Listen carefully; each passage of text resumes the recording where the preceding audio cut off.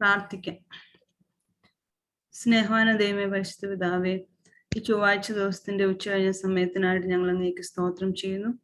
കർത്താവെ, ദിവ്യബോധനയായിട്ട് ഞങ്ങൾക്ക് ഒരുമിച്ച് അവിടുത്തെ പാതപെടുത്തെങ്കിൽ ഹിസ്റ്ററി ഓഫ് ക്രിസ്ത്യാനിറ്റി പഠിക്കുവാൻ വേണ്ടി ഞങ്ങൾ അടുത്ത് വന്നിരിക്കുന്നു.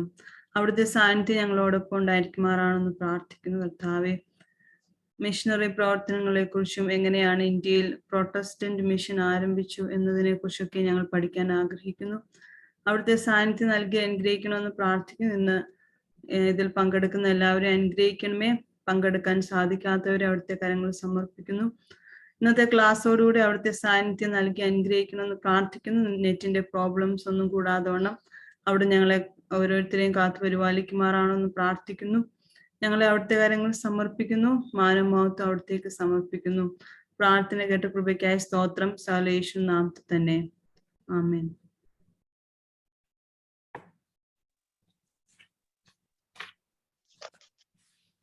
ഇന്ന് നാം പഠിക്കുന്നത് പ്രൊട്ടസ്റ്റന്റ് മിഷൻ ഇന്ത്യയിൽ എങ്ങനെയാണ് ആരംഭിച്ചു എന്നുള്ളതിനെ കുറിച്ചാണ്. പ്രൊട്ടസ്റ്റന്റ് മിഷൻ ഇന്ത്യയിൽ നമുക്കറിയാമല്ലോ, 18-ാം നൂറ്റാണ്ടിന്റെ തുടക്കത്തിൽ ജസ്യൂട്ടുകൾ, കഴിഞ്ഞ ആഴ്ചയൊക്കെ നമ്മൾ പഠിച്ച പ്രകാരം റോമൻ കത്തോലിക്ക പ്രേക്ഷിത പ്രവർത്തനങ്ങളൊക്കെയും ഇന്ത്യയിൽ ഉണ്ടായിരുന്നു 16-ാം നൂറ്റാണ്ട് മുതൽ. 18-ാം നൂറ്റാണ്ടിന്റെ തുടക്കത്തിൽ ജസ്യൂട്ടുകൾ തമിഴ്നാട്ടിൽ അവരുടെ പ്രവർത്തനം തുടർന്നുകൊണ്ടിരിക്കുമ്പോൾ, അതായത് നമ്മള് കഴിഞ്ഞ ക്ലാസ്സിൽ ഫ്രാൻസിസ് സേവ്യറിനെ പറ്റിയും റോബർട്ട് ഡി നൊബിലിയെ പറ്റിയൊക്കെ പഠിച്ചു. അവർ രണ്ടും ജസ്യൂട്ട് വിഭാഗത്തിൽപ്പെട്ട കത്തോലിക്കക്കാരായിരുന്നു. അവരുടെ പ്രവർത്തനം തുടരുമ്പോൾ തന്നെ, അവരെന്ന് വെച്ചാൽ അവർക്ക് ശേഷമുള്ള ജസ്യൂട്ടുകളുടെ പ്രവർത്തനം തുടർന്നുകൊണ്ടിരിക്കുമ്പോൾ ആണ് പ്രൊട്ടസ്റ്റന്റ് മിഷണറിമാർ ആദ്യമായിട്ട് തമിഴ്നാട്ടിൽ എത്തിയത്. മുൻ നൂറ്റാണ്ടിൽ പോർച്ചുഗലിന് പുറമെ മറ്റു യൂറോപ്യൻ രാജ്യങ്ങളുടെ വ്യാപാര കമ്പനികൾ ഇന്ത്യയിൽ അവരുടെ സ്റ്റേഷനുകൾ സ്ഥാപിച്ചിരുന്നു. പോർച്ചുഗലിനെ പോലെ തന്നെ മറ്റ് യൂറോപ്യൻ രാജ്യങ്ങളുടെ വ്യാപാര കമ്പനികളും അവരുടെ സ്റ്റേഷനുകൾ ഇന്ത്യയുടെ പല ഭാഗത്തും സ്ഥാപിച്ചിരുന്നു. പ്രൊട്ടസ്റ്റന്റുകാർ ഇന്ത്യയിൽ വന്നപ്പോൾ മതപ്രചരണമായിരുന്നില്ല അവരുടെ ലക്ഷ്യം. അവരുടെ ലക്ഷ്യം കച്ചവടം മാത്രമായിരുന്നു. മതപ്രചരണം ഇനീഷ്യലി അവരുടെ ലക്ഷ്യമല്ലായിരുന്നു. എന്നാൽ 17-ാം നൂറ്റാണ്ടിന്റെ ഉത്തരാർദ്ധത്തിൽ എത്തിയപ്പോഴേക്കും ക്രൈസ്തവ ഇതരരോട് സുവിശേഷം അറിയിക്കുന്നത് തങ്ങളുടെ ഉത്തരവാദിത്വമായിട്ട് അവർ കരുതി. അങ്ങനെ 1706 ആദ്യമായിട്ട് പ്രൊട്ടസ്റ്റന്റ് മിഷണറിമാർ ഇന്ത്യയിൽ വരുവാൻ തുടങ്ങിയത്. പ്രൊട്ടസ്റ്റന്റ് മിഷണറിമാരെ ഇന്ത്യയിലേക്ക് അയക്കുക എന്ന ആശയം ആദ്യമായി ആവിഷ്കരിച്ചത് ഡെൻമാർക്കിലെ ഫ്രെഡറിക് 4-ാമൻ രാജാവാണ്. ഡെൻമാർക്കിലെ ഫ്രെഡറിക് 4-ാമൻ രാജാവാണ് പ്രൊട്ടസ്റ്റന്റ് മിഷണറിമാരെ ഇന്ത്യയിലേക്ക് അയക്കുക എന്ന ആശയം ആവിഷ്കരിച്ചത്. അദ്ദേഹം അതിനുവേണ്ടി ഡെൻമാർക്കിലെ ആൾക്കാരെ അന്വേഷിച്ചു, എന്നാൽ കണ്ടെത്തിയില്ല. അങ്ങനെ ജർമ്മനിയിലെ ഹാലെ സർവകലാശാലയിൽ പഠിച്ചുകൊണ്ടിരുന്ന 2 യുവ ദൈവശാസ്ത്ര വിദ്യാർത്ഥികളായ ബർത്തലോമിയോ സീഗൻബർഗും ഹെൻറി പ്ലൂഷോയും ഇന്ത്യയിലേക്ക് പോകുവാൻ സമ്മതിച്ചു.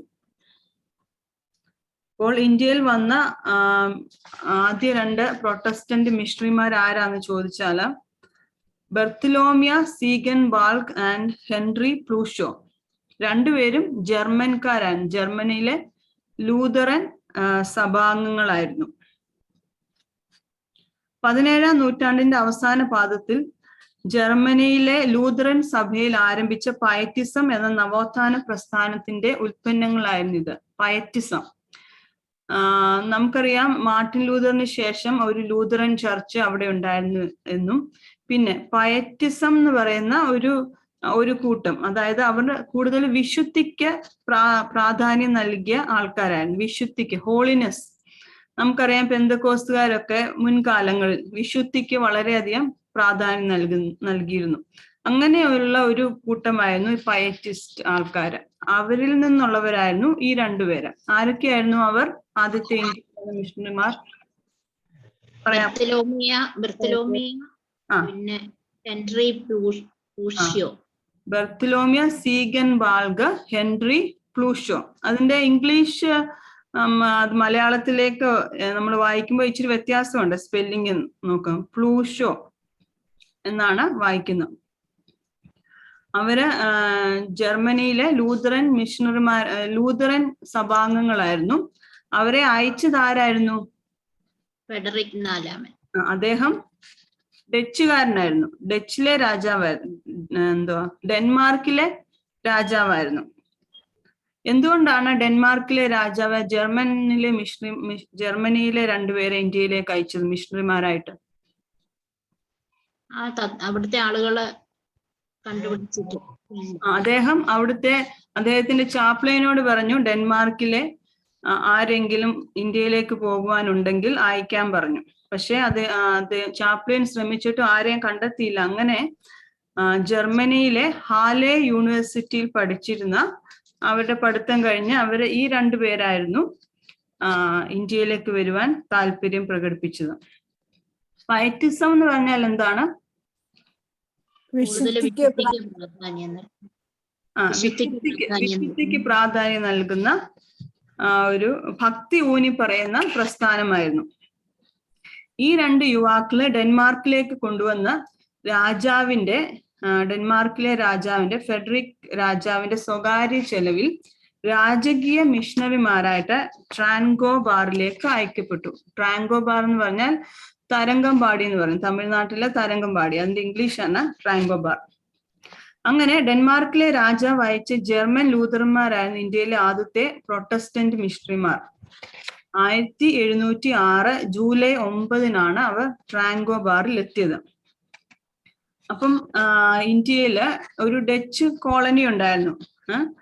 അവിടെ ഉണ്ടായിരുന്ന ഡച്ച് കമാൻഡന്റ് ആയിരുന്ന ഹാസിയസ് അവരോട് സൗഹൃദപരമായിട്ടല്ലായിരുന്നു ഇടപെട്ടത്. അദ്ദേഹത്തിന് ഈ മിഷണറിമാർ വന്ന് അത്ര ഇഷ്ടപ്പെട്ടില്ല. അതുകൊണ്ട് ഈ മിഷണറിമാർക്ക് ധാരാളം ബുദ്ധിമുട്ടുകൾ അവിടെ സഹിക്കേണ്ടതായിട്ട് വന്നു. ഇവർ വന്നതിന് ശേഷം ഇവിടെ ഉണ്ടായിരുന്ന ഭാഷകളായ പോർച്ചുഗീസും തമിഴും പഠിക്കുവാൻ ആരംഭിച്ചു. പോർച്ചുഗീസ് പഠിച്ചത് എന്തുകൊണ്ടായിരുന്നു? പോർച്ചുഗീസുകാർ ഓൾറെഡി ഇവിടെ ഉണ്ട്. അന്നത്തെ ഭാഷ, പ്രത്യേകിച്ച് ഈ ഡച്ച് കോളനിയിലും പിന്നെ അതുപോലെ ഇവിടെ ഉണ്ടായിരുന്ന പ്രധാനപ്പെട്ട ഒരു ഭാഷയായിരുന്നു പോർച്ചുഗീസ്. എന്നാൽ ജനങ്ങളുടെ ഭാഷ തമിഴായിരുന്നു. അതുകൊണ്ട് അവരുടെ ഭാഷയായ ഡാനിഷ് ഉപേക്ഷിച്ച്, ഡാനിഷിൽ മിഷൻ പ്രവർത്തനം നടത്തിയാൽ ഇവിടെ പറ്റത്തില്ല എന്ന് അവർക്ക് മനസ്സിലാക്കി പോർച്ചുഗീസിലും തമിഴും പഠിക്കുവാൻ അവർ ആരംഭിച്ചു.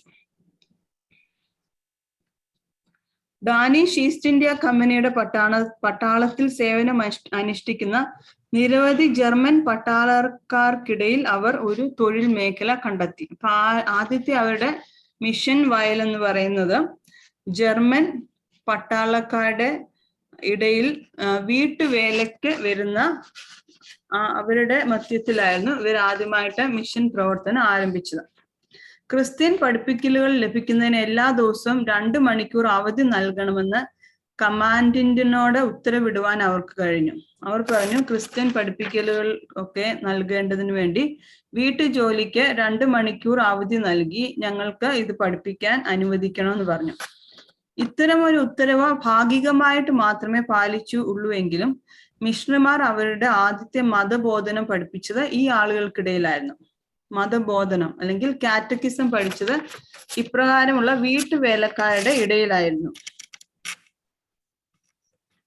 5 പേരടങ്ങുന്ന ഇവർ 1706 നവംബറിൽ പോർച്ചുഗീസ് ഭാഷയിൽ അവരുടെ വീട്ടിൽ പഠിപ്പിക്കുവാൻ തുടങ്ങി.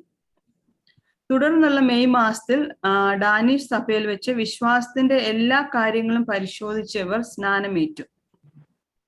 നവംബറിൽ അവരെ പഠിപ്പിക്കാൻ ആരംഭിച്ചു. മെയ്യിലാണ് അവർ സ്നാനമേറ്റത്.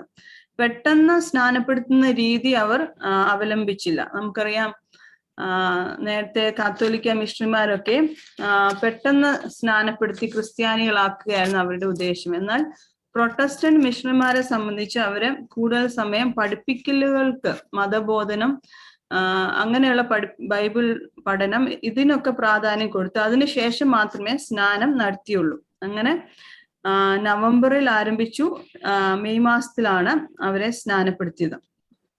അനാഥരായ കുട്ടികളെ അവരുടെ രക്ഷിതാക്കളിൽ നിന്ന് വാങ്ങി മിഷണറിമാർ ദത്തെടുക്കുക പതിവായിരുന്നു.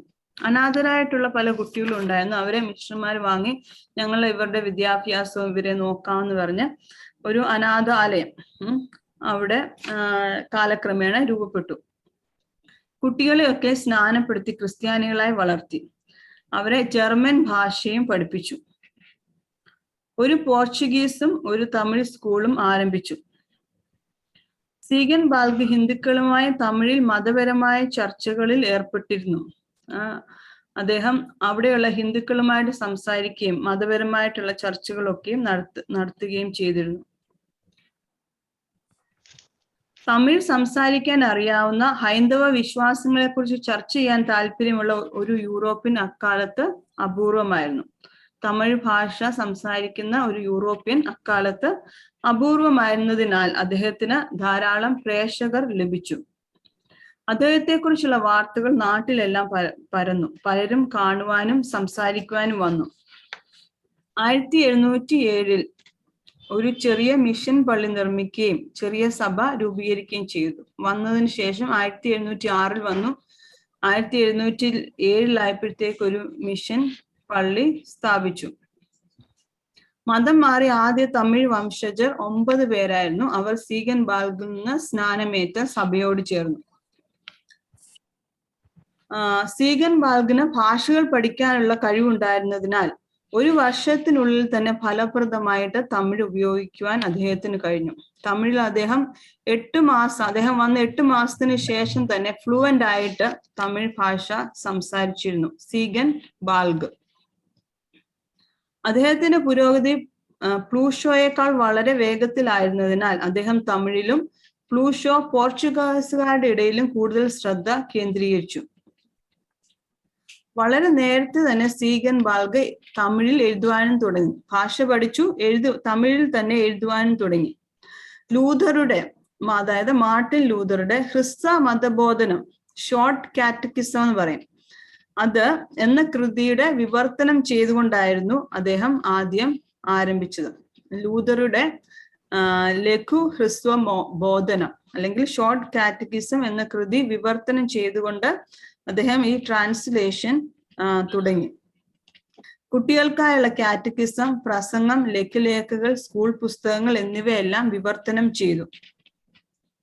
അദ്ദേഹം എത്തി 2 വർഷത്തിനുള്ളിൽ തന്നെ പുതിയ നിയമം വിവർത്തനം ചെയ്യുവാൻ തുടങ്ങി.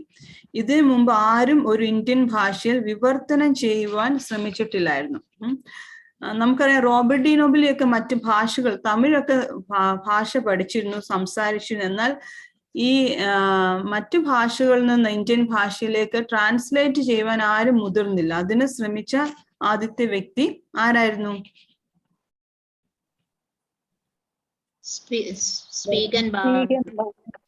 ബർത്തലോമിയോ സീഗൻ ബാൽഗ് ആയിരുന്നു. മലയാളത്തിലാണോ ഇംഗ്ലീഷിലാണോ പറയണ്ടേ? ഇംഗ്ലീഷ്. ഇതൊരു ജർമ്മൻ ആണ്, അത് കാരണം അതിന്റെ ഇച്ചിരി വ്യത്യാസമുണ്ട്. ഈ ബർത്തലോമിയോ ഞാൻ ആ നോട്ട്സിനകത്ത് തന്നിട്ടുണ്ട്. നോട്ട്സ് ഗൂഗിൾ ക്ലാസ് റൂമിൽ ഇട്ടിട്ടുണ്ട്. അതായത് ഞാൻ പറയാം, ZIEGENBALG, സീഗൻ ബാൽഗ്. ബർത്തലോമിയോ സീഗൻ ബാൽഗ്.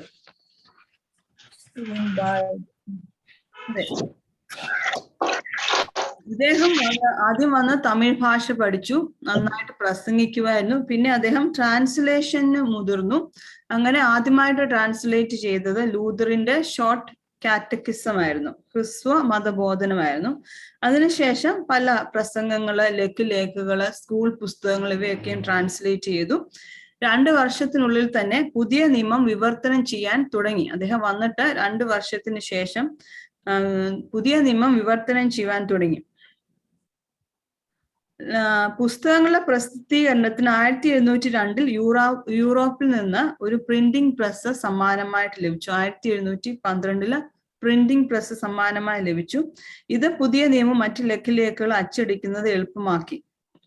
അതിനു മുമ്പ് അവ ട്രാൻസ്ലേറ്റ് ചെയ്തിരുന്നുവെങ്കിലും കൈകൊണ്ടായിരുന്നു എഴുതിയിരുന്നത്. എന്നാൽ ഈ പ്രിന്റിംഗ് പ്രസ് വന്നതോടുകൂടി അതിൽ കൂടി ലഘുലേഖകളൊക്കെ അല്ലെങ്കിൽ പുതിയ നിയമം പഴയ നിയമം ഇതൊക്കെ അടിക്കുന്നത് എളുപ്പമാക്കി തീർക്കുന്നതിന് സാധിച്ചു.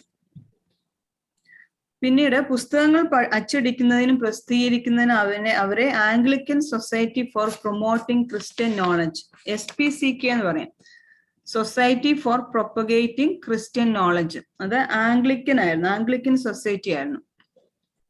അവര് ഈ പുസ്തകങ്ങൾ പ്രസിദ്ധീകരിക്കുന്നതിന് ഈ മിഷണറിമാരെ സഹായിച്ചു. ജീവിത അവസാനം വരെ തന്നെ സീഗൻ ബാൽഗ് ഒരു മികച്ച എഴുത്തുകാരനായി തുടർന്നു. അദ്ദേഹത്തിന്റെ ബൈബിൾ വിവർത്തനം പഴയ നിയമത്തിലെ രൂത്തിന്റെ പുസ്തകം വരെ, ഉൽപ്പത്തി തൊട്ട് രൂത്തിന്റെ പുസ്തകം വരെ അദ്ദേഹം ചെയ്തു. അതുകൂടാതെ മറ്റ് തമിഴ് കൃതികളും തമിഴ് ജർമ്മൻ നിഘണ്ടുവും വിവർത്തനം ചെയ്യുവാൻ സമയം കണ്ടെത്തി. ദക്ഷിണേന്ത്യൻ ഹിന്ദുമതത്തെക്കുറിച്ചുള്ള അന്വേഷണങ്ങളുടെ ഫലങ്ങൾ, ജർമ്മൻ ഭാഷയിലേക്ക് എഴുതിയ കൈയെഴുത്തുപ്രതികൾ തുടങ്ങിയവയെല്ലാം ഇതിൽ പെടുന്നു. തമിഴ് കൃതികൾ ട്രാൻസ്ലേറ്റ് ചെയ്തു, ബൈബിൾ ട്രാൻസ്ലേറ്റ് ചെയ്തു. അത് പുതിയ നിയമം മുഴുവനും പഴയ നിയമം രൂത്ത് വരെ ട്രാൻസ്ലേറ്റ് ചെയ്തു. പിന്നെ ഹിന്ദു മതത്തെക്കുറിച്ചുള്ള അദ്ദേഹത്തിന്റെ അന്വേഷണങ്ങളൊക്കെ ട്രാൻസ്ലേറ്റ് ചെയ്തു. സ്കൂൾ പുസ്തകങ്ങൾ ട്രാൻസ്ലേറ്റ് ചെയ്തു. പിന്നെ ലൂതറിന്റെ ഷോർട്ട് കാറ്റക്കിസം, ക്രിസ്ത്വ മതബോധനം, ഇതെല്ലാം അദ്ദേഹം ട്രാൻസ്ലേറ്റ് ചെയ്തു. അപ്പൊ ഈ ട്രാൻസ്ലേഷൻ ആദ്യത്തെ വെസ്റ്റേൺ മിഷണറിമാരിൽ ആദ്യത്തെ ഒരു ഉദ്യമമായിരുന്നു ഇവരുടെ, പ്രൊട്ടസ്റ്റന്റുകാരുടെ. നാം നേരത്തെ പറഞ്ഞതുപോലെ ഹാസിയസ് അവരുടെ കമാൻഡർ ആയിരുന്നു. ഡച്ച് കമ്പനിയുടെ, ഈസ്റ്റ് ഇന്ത്യ കമ്പനിയുടെ കമാൻഡർ ആയിരുന്നു ഹാസിയസ്. ഈ ഹാസിയസും മിഷണറിമാരും തമ്മിലുള്ള ബന്ധം തുടക്കം മുതൽ തന്നെ മോശമായിരുന്നു. മിഷണറിമാർ ചെയ്യാൻ ശ്രമിക്കുന്ന കാര്യങ്ങളിൽ ഹാസിയസ് പിന്തുണച്ചില്ല.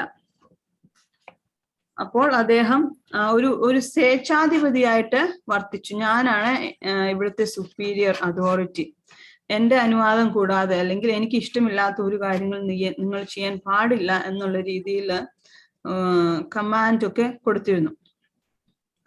ഈ നമുക്കറിയാം വെസ്റ്റേൺ ആൾക്കാരൊക്കെ കാര്യങ്ങളൊക്കെ എന്തെങ്കിലും കാര്യങ്ങൾ ഇഷ്ടപ്പെട്ടില്ലെങ്കിൽ അത് ഭയങ്കര തുറന്നു പറയുന്ന ആൾക്കാരായിരുന്നു. ഹാസിയസ് ഇവരോട് വളരെ ക്രൂരമായിട്ട് പെരുമാറി.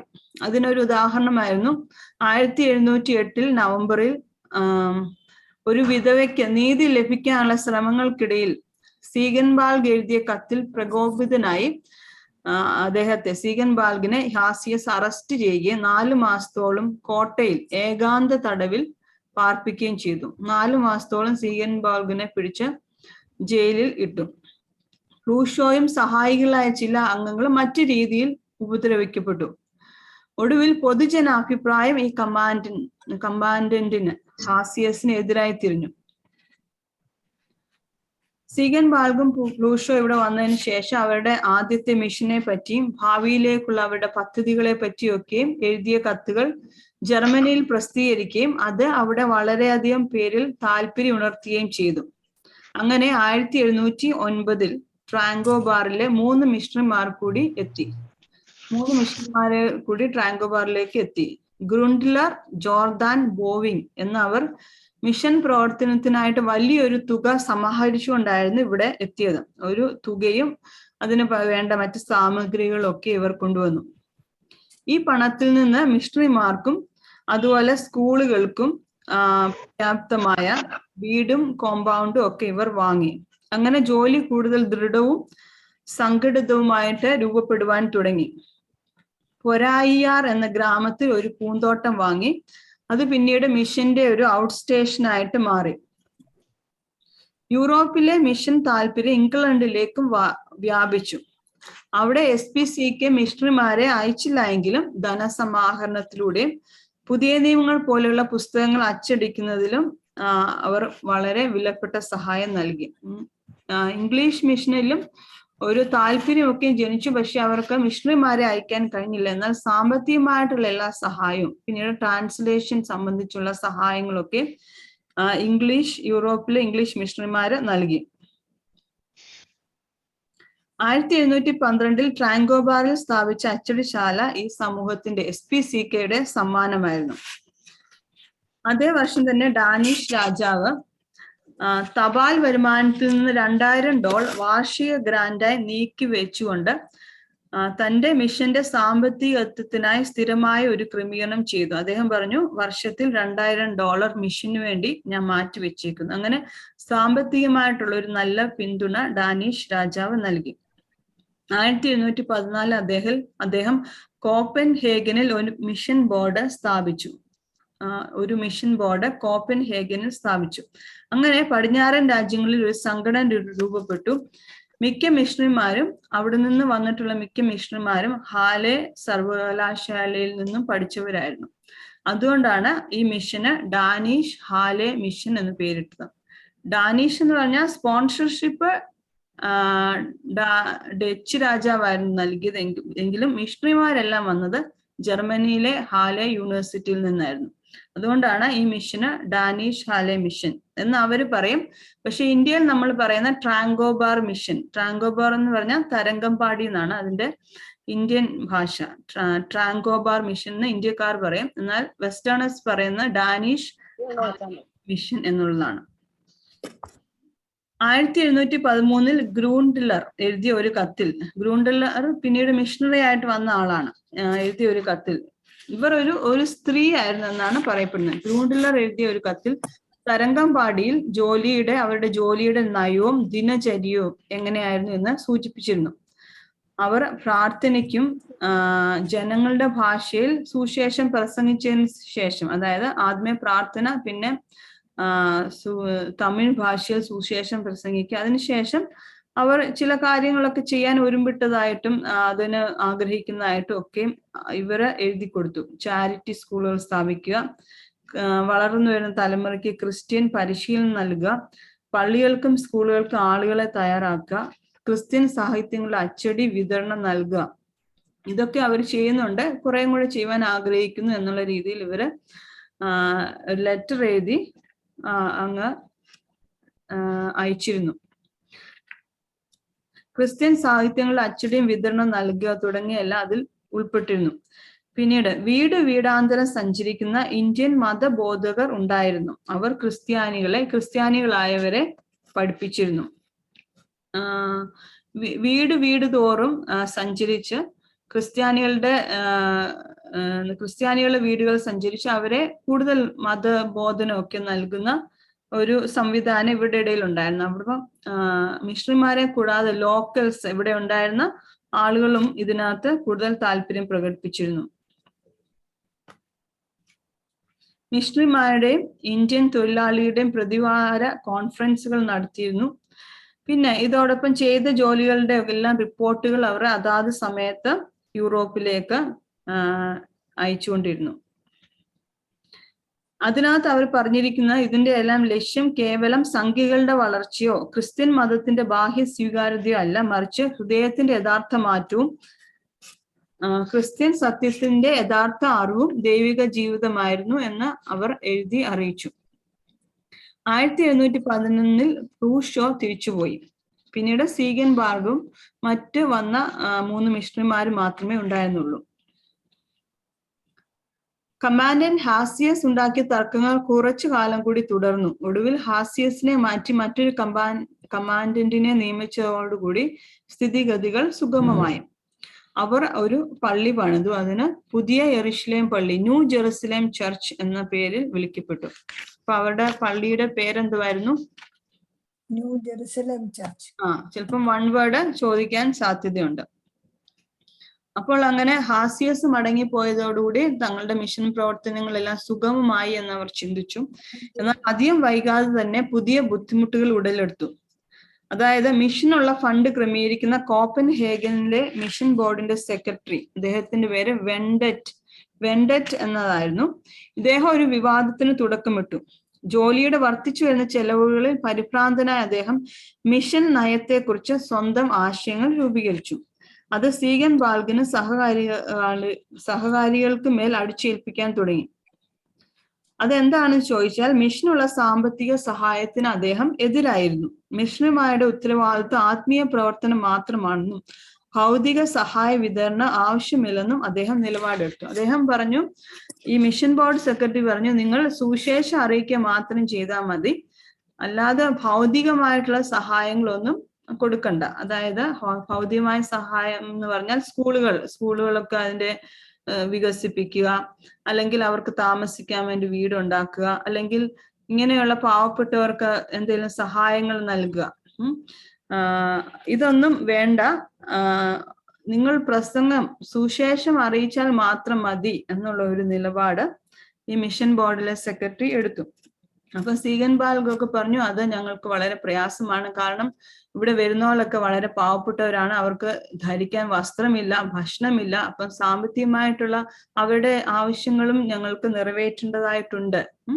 അദ്ദേഹം പറഞ്ഞു, സ്നാനത്തിന് വേണ്ടി കൊണ്ടിരുന്ന കുഞ്ഞുങ്ങൾക്ക് ഒരു ശരിയായ ഡ്രസ്സ് പോലും ഇല്ല, അപ്പം അങ്ങനെയൊക്കെയുള്ള സഹായം നൽകേണ്ട ഞങ്ങളുടെ ഉത്തരവാദിത്തമാണെന്ന് പറഞ്ഞു. എന്നാൽ ഈ വെണ്ടറ്റ് പറഞ്ഞു, നിങ്ങൾ സുവിശേഷം അറിയിച്ചാൽ മാത്രം മതി എന്നുള്ള രീതിയിൽ. അപ്പം സാമ്പത്തികമായ സഹായങ്ങൾ നൽകുന്ന ഈ മിഷൻ ബോർഡിൽ നിന്നായിരുന്നു, കോപ്പൻഹേഗനിലെ മിഷൻ ബോർഡിൽ നിന്നായിരുന്നു. എന്നാൽ സെക്രട്ടറി ഇങ്ങനെ ഒരു തീരുമാനം എടുത്തത് കാരണം തുടർന്ന് അവരുടെ പ്രവർത്തനങ്ങൾ മുമ്പോട്ട് കൊണ്ടുപോകുന്നതിന് വളരെ പ്രയാസമായിരുന്നു. അദ്ദേഹം പറഞ്ഞത് മിഷണറിമാരുടെ ഉത്തരവാദിത്തം ആത്മീയ പ്രവർത്തനം മാത്രമാണെന്നും ഭൗതിക സഹായ വിതരണം ആവശ്യമില്ലെന്നും നിലപാടെടുത്തു. എന്നാൽ ജനങ്ങൾ തീർത്തും ദരിദ്രരായിരുന്നു. ആത്മീയവും ഭൗതികവും തമ്മിലുള്ള വേർതിരിവ് ഇവിടെ പ്രസക്തമല്ല എന്ന വസ്തുത വെൻഡറ്റിന്റെ മനസ്സിലേക്ക് എത്തിക്കുവാൻ സീഗൻ ബാൽഗ് ശ്രമിച്ചു. എന്നാൽ വെൻഡറ്റ് ഗ്രാന്റുകളൊക്കെ നിർത്തലാക്കി. ഇതിൽ വിഷാദത്തിലായ സീഗൻ ബാൽഗ് അധികം താമസിയാതെ അസുഖം ബാധിച്ച് 1719 36 വയസ്സുള്ളപ്പോൾ മരിച്ചതായിട്ടാണ് രേഖപ്പെടുത്തുന്നത്. അദ്ദേഹം 36 വയസ്സായിട്ട് വളരെ തീക്ഷ്ണമായിട്ട് പ്രവർത്തിച്ചു. ഉണ്ടായിരുന്ന കാലങ്ങളൊക്കെ വളരെ തീക്ഷ്ണമായിട്ട് പ്രവർത്തിച്ചു. എന്നാൽ തുടർന്ന് ഹാസ്യസ് അദ്ദേഹത്തെ പിടിച്ച് ജയിലിൽ ഇട്ടതുപോലെ അദ്ദേഹത്തിന് അത്ര വിഷാദമായി തോന്നിയില്ല. എന്നാൽ ഈ കാര്യം വളരെ വിഷാദമായി അദ്ദേഹത്തിന്റെ മനസ്സിന് വളരെ പിടിച്ചു കുലുക്കി. താമസിയാതെ അദ്ദേഹം രോഗബാധിതനായി മരണപ്പെടുകയാണ് ചെയ്യുന്നത്. 36 വയസ്സുള്ളപ്പോൾ മരണപ്പെട്ടു. 1706 വന്നു, 1719. അപ്പോൾ ഒരു 13 വർഷക്കാലം ഇന്ത്യയിൽ പ്രവർത്തിച്ചു, വളരെ തീക്ഷ്ണമായിട്ട് പ്രവർത്തിച്ചു. അതിനുശേഷം 36 വയസ്സുള്ളപ്പോൾ അദ്ദേഹം രോഗം ബാധിച്ച് മരിച്ചു. അദ്ദേഹത്തിന്റെ അടുത്ത സഹകാരിയായിരുന്ന ഗ്രൂണ്ടിലറും 13 മാസത്തിന് ശേഷം, സീഗൻ ബാൽഗിന് മരണത്തിന് ശേഷം 13 മാസത്തിന് ശേഷം ഇവരും മരിച്ചു. ഗ്രൂണ്ടിലർ ഇവരായിരുന്നു പ്രൊട്ടസ്റ്റന്റ് മിഷനിൽ തീവ്രമായിട്ട് പ്രവർത്തിച്ചത്. പ്ലൂഷോ നമുക്കറിയാം, പ്ലൂഷോ വന്നുവെങ്കിലും പിന്നീട് അദ്ദേഹം തിരിച്ചുപോയി. അപ്പോൾ അതിനുശേഷം ഒരു പ്രൊട്ടസ്റ്റന്റ് മിഷൻ ഒരു പ്രതിസന്ധിയിലായി. പക്ഷെ കുറച്ച് മിഷണന്മാർ ഇവിടെ ഉണ്ടായിരുന്നു.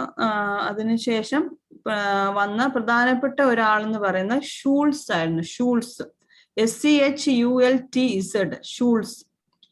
അദ്ദേഹം ഈ പ്രവർത്തനങ്ങളൊക്കെ മുമ്പോട്ട് ആദ്യം ഒരു മന്ദഗതിയിലായിരുന്നു. പിന്നീട് ഇദ്ദേഹത്തിന്റെ മരണവാർത്ത എല്ലാവരും അറിഞ്ഞു. അതിനുശേഷം മറ്റു പ്രവർത്തകരൊക്കെയും ആ മിഷൻ പ്രവർത്തനം മുമ്പോട്ട് കൊണ്ടുപോകാൻ ശ്രമിച്ചു. അതിലൊരു പ്രധാനപ്പെട്ട വ്യക്തിയായിരുന്നു ഷൂൾസ്, SCHULTS.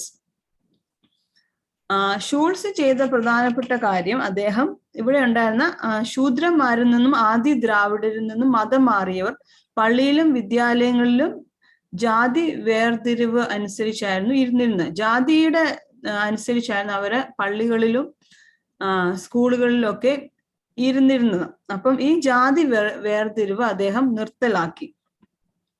മതം മാറിയവർക്കിടയിലുള്ള ജാതി വ്യവസ്ഥ അതിന്റെ വിവേചനങ്ങളെയും ഷൂൾസ് കടന്നാക്രമിക്കുകയും ജാതിയുടെ അടിസ്ഥാനത്തിലുള്ള വ്യത്യാസങ്ങൾ അദ്ദേഹം നിരോധിക്കുകയും ചെയ്തു. എന്നാൽ അദ്ദേഹത്തിന് ഈ കാര്യത്തിൽ വളരെയധികം എതിർത്തും അതൃപ്തിയുമായിരുന്നു വന്നത്.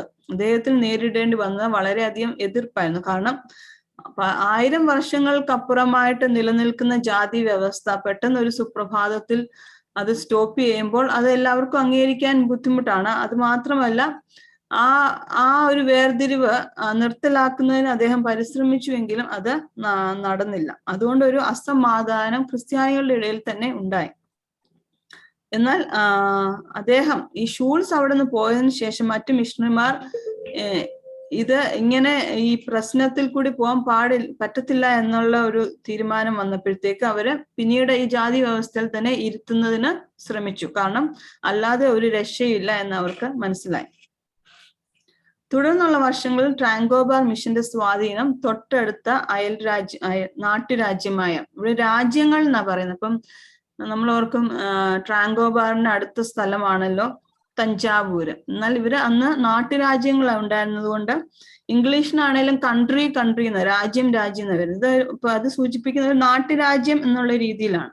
അവരുടെ പ്രവർത്തനം ട്രാങ്കോബാറിൽ നിന്നും തഞ്ചാവൂരിലേക്ക് വ്യാപിച്ചു. അവിടെ ധാരാളം റോമൻ കത്തോലിക്ക ക്രിസ്ത്യാനികൾ ഉണ്ടായിരുന്നു. റോമൻ കത്തോലിക്ക വിശ്വാസികൾ ഉണ്ടായിരുന്നെങ്കിൽ അവര് പോർച്ചുഗീസ് രീതിയിൽ തന്നെയായിരുന്നു മുമ്പോട്ട് പോയിരുന്നത്. ഈ പ്രൊട്ടസ്റ്റന്റുകാർ വന്ന് പുസ്തകങ്ങളൊക്കെ അച്ചടിക്കുകയും തമിഴ് ഭാഷയിലേക്ക് ട്രാൻസ്ലേറ്റ് ചെയ്യുകയും ഒക്കെ ചെയ്തപ്പോൾ ഈ റോമൻ കത്തോലിക്ക വിശ്വാസികൾ ഈ പുസ്തകങ്ങളൊക്കെ വായിച്ച് പ്രൊട്ടസ്റ്റന്റുകാരായിട്ട് മാറി. അങ്ങനെ മാറിയ ഒരു പ്രധാനപ്പെട്ട വ്യക്തിയായിരുന്നു രാജമാണിക്യം അല്ലെങ്കിൽ രാജനായകൻ. റോമൻ കത്തോലിക്കനായ ഒരു വ്യക്തിയാണ് രാജനായകൻ. ആദി ദ്രാവിഡ വംശജനായ അദ്ദേഹം തഞ്ചാവൂർന്നും ഞാൻ എഴുതിയിട്ടുണ്ട്. അത് ഇംഗ്ലീഷിൽ വരുമ്പോൾ തഞ്ചൂർ എന്നാണ് വരുന്നത്. നമ്മൾ മലയാളത്തിൽ എഴുതുമ്പോൾ തഞ്ചാവൂർ എന്ന് വരും, അല്ലെങ്കിൽ ഇന്ത്യൻ ഭാഷയിൽ എഴുതുമ്പോൾ തഞ്ചാവൂർ എന്ന് വരും. രണ്ടും തഞ്ചാവൂർ എന്നാണ് ഉദ്ദേശിച്ചിരിക്കുന്നത്. തഞ്ചൂർ രാജാവിന്റെ സൈന്യത്തിലെ ഒരു പെറ്റി ഓഫീസർ ആയിരുന്നു ഈ രാജനായകൻ അല്ലെങ്കിൽ രാജമാണിക്യം. അവൻ ഒരിക്കലും സ്കൂളിൽ പോയിട്ടില്ല എങ്കിലും വായിക്കാൻ പഠിച്ചിരുന്നു. കൂടാതെ കിട്ടുന്ന എല്ലാ ക്രിസ്ത്യൻ പുസ്തകങ്ങളും അവൻ ആകാംക്ഷയോടെ വായിക്കുന്നവനായിരുന്നു. സീഗൻ ബാൽഗിന്റെ പുതിയ നിയമം അദ്ദേഹം തമിഴ് ഭാഷയിൽ വായിക്കാൻ വളരെ ആഗ്രഹം പ്രകടിപ്പിക്കുകയും വായിക്കുകയും ചെയ്തു. അങ്ങനെ അദ്ദേഹം പ്രൊട്ടസ്റ്റന്റ് മിഷനിലേക്ക് ആകർഷിതനായി. അദ്ദേഹം ഒരു കത്തോലിക്കനായിരുന്നു. എന്നാൽ ഈ പുസ്തകങ്ങളൊക്കെ ആൾക്കാർ വായിച്ചതോടുകൂടി അവർ കൂടുതൽ ദൈവത്തെ അറിയുകയും ബൈബിൾ അറിയുകയും കൂടുതൽ ഈ പ്രൊട്ടസ്റ്റന്റ് മിഷനിലേക്ക് വരുവാൻ ഇടയായിത്തീർന്നു. പ്രൊട്ടസ്റ്റന്റ് അധ്യാപനത്തിൽ താല്പര്യം തോന്നി അദ്ദേഹം ട്രാങ്കോബാർ സന്ദർശിക്കുകയും മിഷണറിമാരുമായിട്ട് സൗഹൃദം സ്ഥാപിക്കുകയും ചെയ്തു. തഞ്ചാവൂരിൽ നിന്ന് തരംഗംബാടി സന്ദർശിക്കുകയും അവിടെ അവരുടെ പ്രൊട്ടസ്റ്റന്റ് മിഷനിൽ ചേരുകയും ചെയ്തു. തഞ്ചാവൂരിലെ പിന്നീട് അദ്ദേഹം ഒരു പ്രധാനപ്പെട്ട മിഷണറി ആയിട്ട് മാറി. തഞ്ചാവൂരിലെയും രാംനാട് പ്രദേശത്തെയും ഹിന്ദുക്കളോടും റോമൻ കത്തോലിക്കക്കാരോടും തന്റെ വിശ്വാസങ്ങൾ വളരെ ധൈര്യപൂർവ്വം അദ്ദേഹം അറിയിച്ചു. ഒടുവിൽ തഞ്ചാവൂരിലേക്ക് മടങ്ങിയ ശേഷം അദ്ദേഹം സൈന്യത്തിൽ പ്രവർത്തിച്ചു എങ്കിലും പിന്നീട് സൈന്യത്തിൽ നിന്ന് മാറി പൂർണ്ണസമയ സുവിശേഷകൻ അല്ലെങ്കിൽ ഒരു മതബോധനവാദിയായി തീരുകയും ചെയ്തു. ആ പ്രദേശത്തെ പ്രൊട്ടസ്റ്റന്റ് ക്രിസ്ത്യാനികളുടെ ചുമതല വഹിച്ചു. അപ്പം അദ്ദേഹം തഞ്ചാവൂരിൽ ചെന്നപ്പോൾ അവിടെ കൂടുതൽ ഉണ്ടായിരുന്ന കത്തോലിക്കക്കാരായിരുന്നു. ഇദ്ദേഹം ഒരു പ്രൊട്ടസ്റ്റന്റ് ആയെങ്കിലും കത്തോലിക്കരിൽ നിന്നുള്ള എതിർപ്പുകൾ അദ്ദേഹത്തിന് വളരെയധികം നേരിടേണ്ടതായിട്ട് വന്നു. പ്രൊട്ടസ്റ്റന്റിലെ ഒരു മതബോധകനായിട്ട് അവിടെ അദ്ദേഹം വളരെ തീക്ഷ്ണമായിട്ട് പ്രവർത്തിച്ചു. തന്മൂലം കാത്തലിക്സ് അദ്ദേഹത്തെ ആക്രമിക്കുകയും അദ്ദേഹത്തിന് വീടൊക്കെ ചുടുകയും അദ്ദേഹത്തിന്റെ പേരൻസിനെ നഷ്ടപ്പെടുന്നതിന് ഒക്കെ ഇത് കാരണമായി തീർന്നുവെങ്കിലും വളരെ തീക്ഷ്ണമായിട്ട് ഇദ്ദേഹം അറിഞ്ഞ ആ വിശ്വാസവും ദൈവവചനവും മറ്റുള്ളവരിലേക്ക് പകർന്നു കൊടുക്കുകയും ചെയ്തു. അങ്ങനെ പ്രൊട്ടസ്റ്റന്റ് ക്രിസ്ത്യാനിത്വത്തിന്റെ ഒരു ചുമതല ഏറ്റെടുത്ത ഒരു പ്രധാനപ്പെട്ട വ്യക്തിയായിരുന്നു രാജനായകൻ അല്ലെങ്കിൽ രാജമാണിക്യം. അദ്ദേഹത്തിന്റെ ശിഷ്യരിൽ ഒരാളാണ് റോമൻ മതബോധന പണ്ഡിതനായിരുന്ന സത്യനാഥൻ. പിന്നീട് അവര് പട്ടം കൊട ഒക്കെ നടത്തുവാൻ തീരുമാനിച്ചു. ലോക്കൽ ആയിട്ടുള്ള ഇവിടുത്തെ ആൾക്കാർക്ക് പട്ടം നൽകുവാൻ ആഗ്രഹിച്ചു. അങ്ങനെ തഞ്ചാവൂരിലെ ആദ്യത്തെ ഇന്ത്യൻ പാസ്റ്റർ ആയിരുന്നു ആരോൺ എന്ന വ്യക്തിയാണ് ആദ്യമായിട്ട് ഇന്ത്യൻ ഒരു പുരോഹിതനായിത്തീർന്നു. അത് 1733 ഡിസംബറിലായിരുന്നു. 1733 ഡിസംബറിൽ.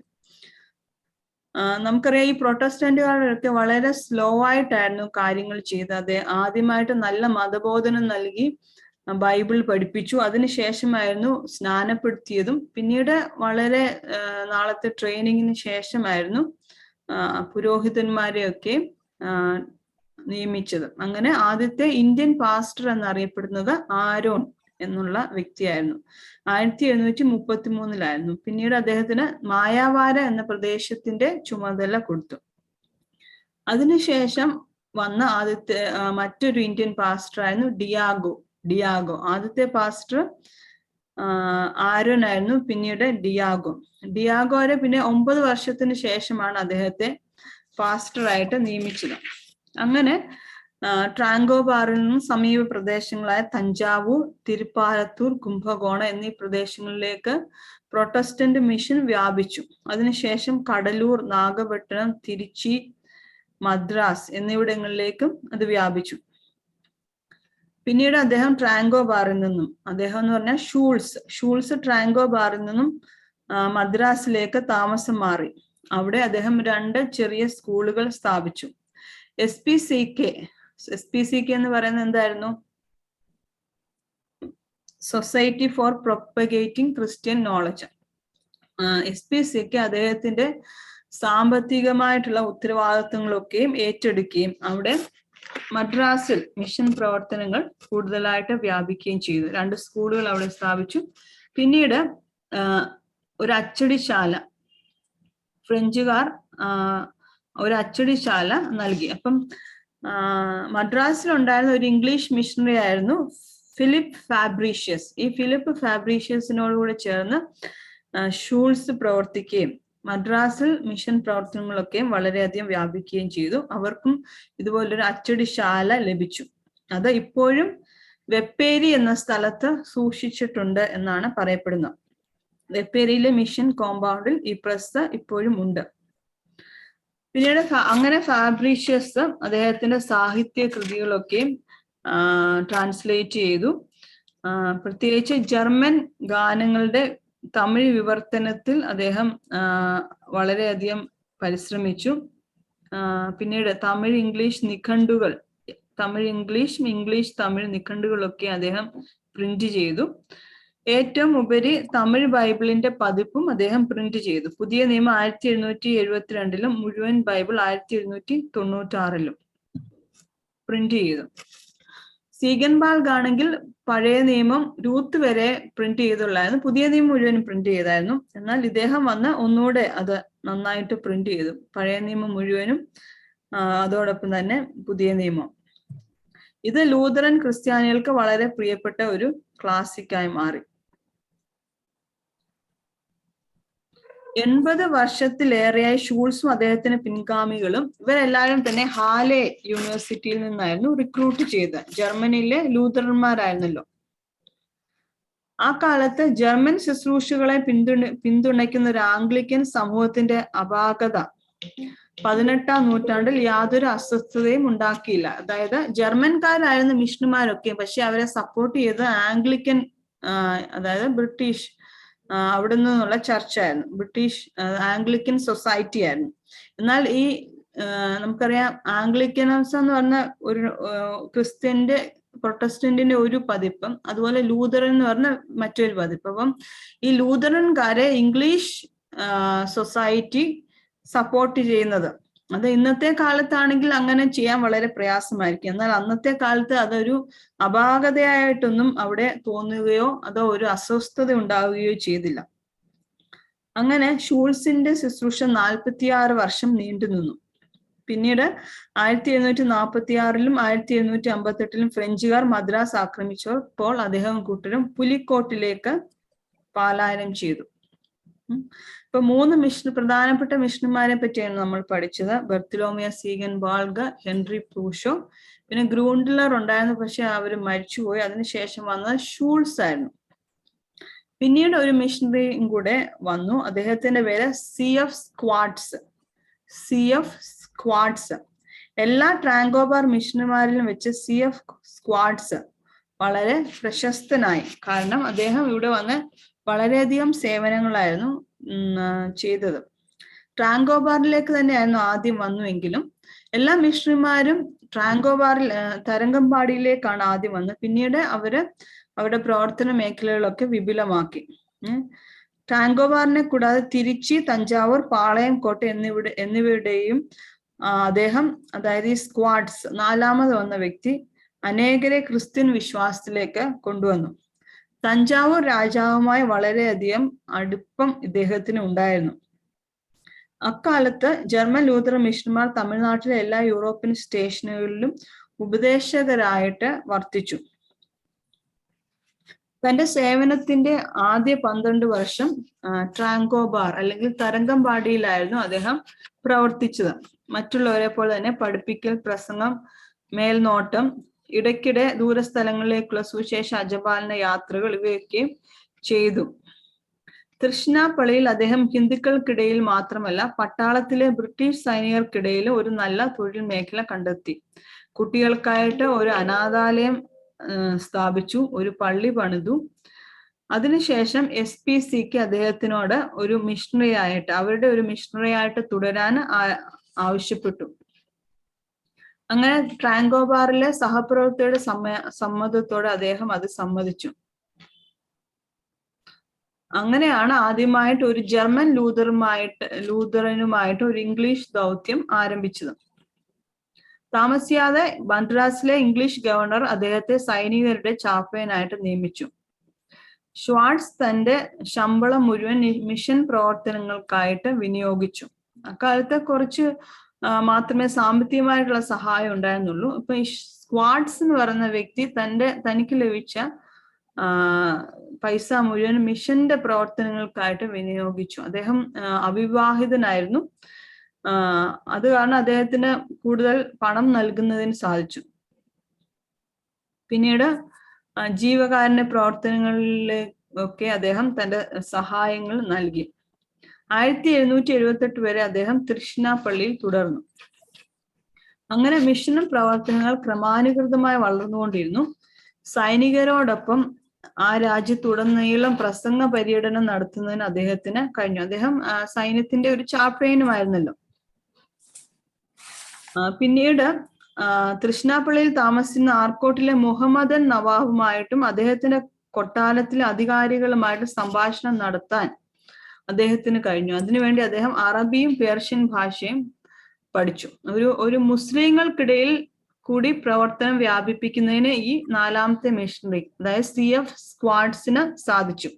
അതിനുവേണ്ടി മാത്രം തന്നെ മുസ്ലിങ്ങളായിട്ട് മിഷൻ പ്രവർത്തനം നടത്തുന്നതിന് വേണ്ടി മാത്രം അദ്ദേഹം അറബിയും പേർഷ്യൻ ഭാഷയും പഠിച്ചതായിട്ട് രേഖപ്പെടുത്തിയിരിക്കുന്നു. ഇവർക്ക് പോർച്ചുഗീസ് അറിയാമായിരുന്നു, ഡച്ച് ഭാഷ അറിയാമായിരുന്നു, തമിഴ് അറിയാമായിരുന്നു. കൂടാതെ അദ്ദേഹം അറബിയും പേർഷ്യൻ ഭാഷയും പഠിച്ചു. അവിടെ ഒരു സഭയും ഉണ്ടായിരുന്നു. പിന്നീട് തുൾജാർജി എന്ന മറാത്ത രാജാവിനെ പരിചയപ്പെടുകയും അവർക്കിടയിലുള്ള സൗഹൃദം വളരുകയും ചെയ്യും. രാജാക്കന്മാരുമായിട്ടൊക്കെ വളരെയധികം കോണ്ടാക്ട് ഉണ്ട്. ആദ്യം വന്ന് തഞ്ചാവൂരിൽ രാജാവുമായിട്ട് സൗഹൃദം സ്ഥാപിച്ചു. പിന്നെ ഒരു തുൾജാർജി എന്ന മറാത്തി രാജാവുമായിട്ട് സൗഹൃദം സ്ഥാപിച്ചു. ഈ രാജാവിന് ഈ സ്ക്വാഡ്സിനെ, തുൾജാർജി എന്ന രാജാവിന് സ്ക്വാഡ്സിനെ വളരെയധികം ഇഷ്ടപ്പെട്ടു. അദ്ദേഹം അതുകൊണ്ട് അവനെ ട്രാങ്കോബാറിൽ നിന്ന് തഞ്ചാവൂരിലേക്ക് വരാൻ ആവശ്യപ്പെടുകയും തഞ്ചാവൂരിൽ ഉണ്ടായിരുന്ന ഒരു മിഷണറി അതിനുവേണ്ടി അവിടുന്ന് സ്ഥലം മാറ്റുകയും ചെയ്തു. അടുത്ത 20 വർഷക്കാലം തഞ്ചാവൂരിലായിരുന്നു അദ്ദേഹത്തിന്റെ ആസ്ഥാനം. അവിടെ അദ്ദേഹം പൊതുജീവിതത്തിലും ആകർഷിക്കപ്പെട്ടു. ഈ രാജാവിന് ഒരു ദത്തു മകൻ ഉണ്ടായിരുന്നു. അപ്പം രാജാവ് രോഗശൈലിയിലായിരുന്നപ്പോൾ സ്ക്വാഡ്സിനോട് പറഞ്ഞു, എന്റെ ഈ ദത്തു മകനെ സംരക്ഷിക്കണം, കാരണം അല്ലാതെയുള്ള ഇദ്ദേഹമാണ് ഇനിയും രാജ്യത്തിന്റെ അടുത്ത കിരീടാവകാശി. മറ്റുള്ള ഈ തുൾജാർജി രാജാവിന്റെ സഹോദരങ്ങൾക്കിടയിൽ തന്നെ ഈ കുഞ്ഞ് ഒരു ദത്ത് കുഞ്ഞായത് കാരണം അതിനെ മാറ്റി അവർക്ക് രാജാവാകാൻ താല്പര്യമുണ്ട്. എന്നാൽ ഇദ്ദേഹം ഈ കുഞ്ഞിനെ സ്ക്വാഡ്സിനെ ഏൽപ്പിച്ചു. എന്നിട്ട് പറഞ്ഞു, ഞാൻ മരണപ്പെട്ടാലും ഈ കുഞ്ഞിനെ അടുത്ത രാജാവായിട്ട് നിയമിക്കണമെന്ന് പറഞ്ഞു. അങ്ങനെ കുറച്ചു നാളൊക്കെ ഇദ്ദേഹം ഈ രാജാവ് രോഗശയ്യയിലായിരുന്നപ്പോൾ ആ രാജ്യത്തിന്റെ ഭരണത്തിന്റെ ചുമതലയൊക്കെ സ്ക്വാഡ്സ് കുറെ നാള് ഏറ്റെടുത്തതായിട്ട് വായിക്കുന്നു. പിന്നീട് ഈ കുഞ്ഞ്, ഈ ദത്തുപുത്രനാണ് രാജാവായിട്ട് തീർന്നത്. ഈ സ്ക്വാഡ്സ് മരിച്ചപ്പോൾ ഈ ദത്ത് മകൻ ഒരു സ്മാരകം സ്ഥാപിക്കുകയും അദ്ദേഹത്തിന്റെ പേരൊക്കെ എഴുതി വെക്കുകയും ചെയ്യുന്നതായിട്ട് പിന്നീട് നമ്മൾ വായിക്കുന്നു. അതിനുശേഷം സെരിംഗ പട്ടണത്തിൽ വെച്ച് അദ്ദേഹം ഹൈദർ അലിയുമായിട്ട് നിരവധി അഭിമുഖങ്ങൾ നടത്തിയതായിട്ട് രേഖപ്പെടുത്തിയിട്ടുണ്ട്. ഹൈദറിന്റെ സൈന്യത്തിൽ യൂറോപ്യർക്കും ഇന്ത്യൻ ക്രിസ്ത്യാനികൾക്കും വേണ്ടി സേവനം അനുഷ്ഠിക്കുവാൻ അദ്ദേഹത്തോട് ആവശ്യപ്പെടുകയും, അതായത് സ്ക്വാഡ്സിനോട് ആവശ്യപ്പെട്ടു.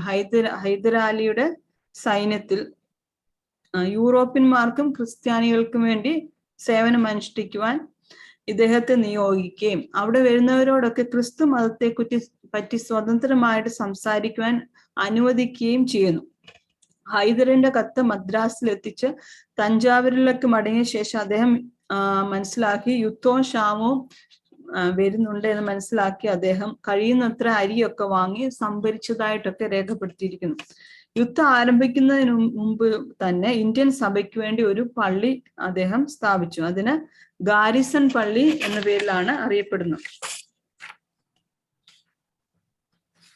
പിന്നീട് മൈസൂരിലും കൊറാമണ്ഡൽ തീരത്തും ഇടയിൽ രാജ്യത്ത് ഭയത്തിന്റെയും ദുരിതത്തിന്റെയും കാലമായിരുന്നു.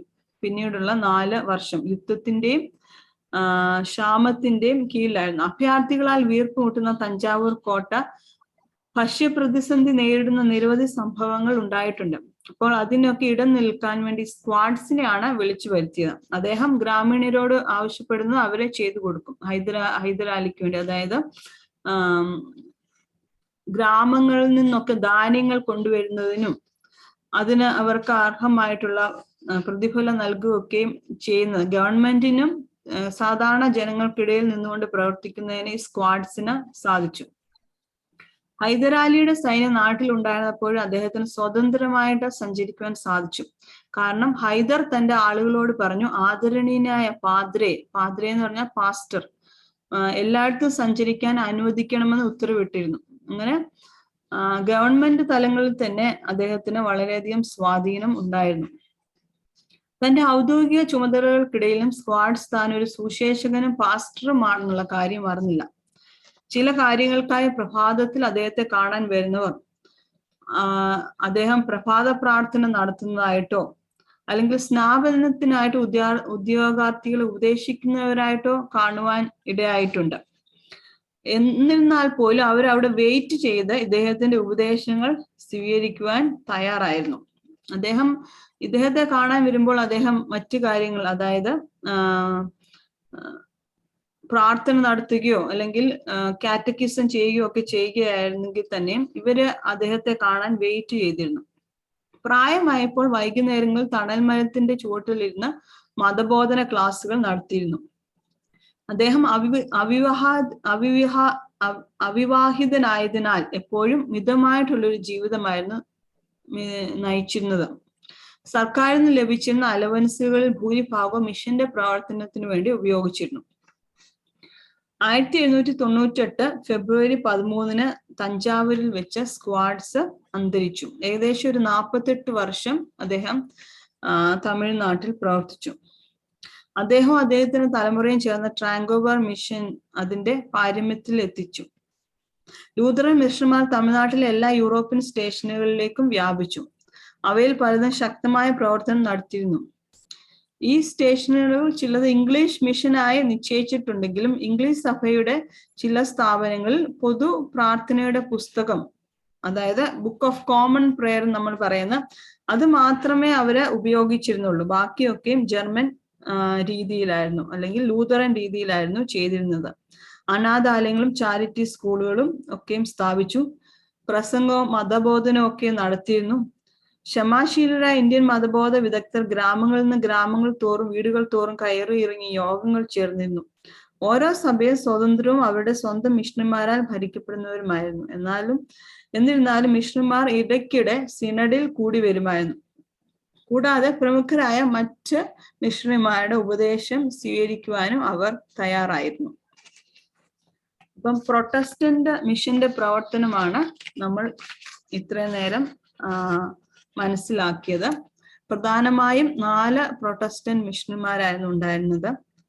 ആരൊക്കെയായിരുന്നു അവർ?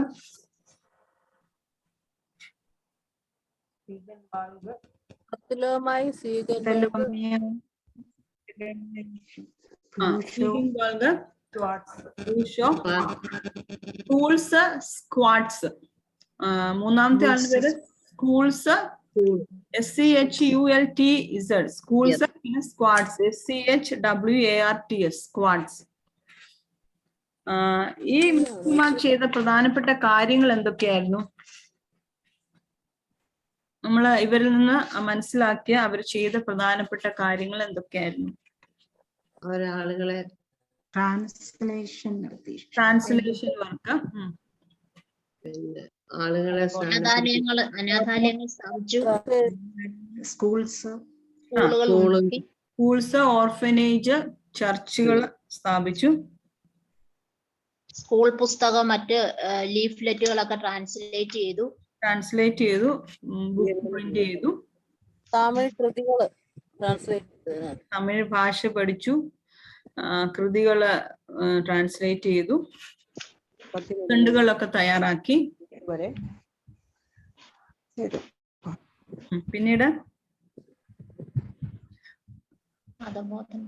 മതബോധനം, കാറ്റക്കിസ് ഒരു പ്രധാനപ്പെട്ട കാര്യമായിരുന്നു. അവരുടെ മിഷണറി പ്രവർത്തനങ്ങൾ ആരുടെയൊക്കെ ഇടയിലായിരുന്നു ഉണ്ടായിരുന്നത്? ഇടങ്ങളിലേക്കായിരുന്നു വ്യാപിപ്പിച്ചത്. പട്ടാളക്കാരുടെ, വീട്ടുവേലക്കാരുടെ ഇടയില്, മുസ്ലിംസും, ഹിന്ദുക്കളുടെ ഇടയില്, മുസ്ലിംസിന്റെ ഇടയില്, ഗവൺമെന്റ് ഓഫീസേഴ്സിന്റെ ഇടയില്, രാജാക്കന്മാരുടെ ഇടയില്.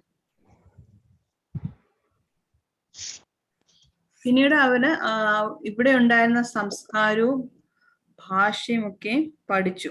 അതില് സംസാരിക്കുവാനും, ഭാഷകൾ സംസാരിക്കാനും, ഇവിടുത്തെ സംസ്കാരം പഠിക്കുവാനും, അത് മറ്റുള്ള ജർമ്മനിലേക്കൊക്കെ ട്രാൻസ്ലേറ്റ് ചെയ്യുവാനും, ഇവിടെയുള്ള ഉയർന്ന ഹിന്ദു തത്വചിന്തകളൊക്കെ ട്രാൻസ്ലേറ്റ് ചെയ്യാനൊക്കെ അവര് മുതിർന്നു.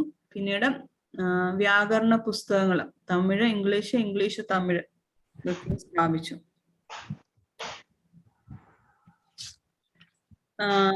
ഡാനിഷ് ഹാലെ മിഷൻ അല്ലെങ്കിൽ ട്രാങ്കോബാർ മിഷന്റെ പ്രവർത്തനം 1706 മുതൽ 1846 വരെ ആയിരുന്നു. ഏകദേശം ഒരു 140 വർഷം ഈ പ്രൊട്ടസ്റ്റന്റ് മിഷന്റെ പ്രവർത്തനം ഉണ്ടായിരുന്നു. ഡാനിഷ് ഹാലെ മിഷന്റെ പ്രവർത്തനം ഉണ്ടായിരുന്നു. 20,000 ലൂതറൻകാര്, തദ്ദേശീയരായിട്ടുള്ള ഇവിടെയുള്ള ലൂതറൻകാര് ഇവര് പോയതിനു ശേഷം ഇവിടെ ഉണ്ടായിരുന്നു. 57 മിഷണറിമാരായിരുന്നു കടന്നു വന്നത്. അതിനകത്ത് 42 പേര് ഇവിടെ തന്നെ മരണപ്പെട്ടു. ഇവിടെ തന്നെ മരിച്ച് ഇവിടെ തന്നെ അടക്കപ്പെട്ടു. 57 മിഷണറിമാരിൽ 42 പേര്. ബാക്കി ഉണ്ടായിരുന്ന 15 പേര് അവരുടെ ദേശത്തേക്ക് മടങ്ങിപ്പോയി.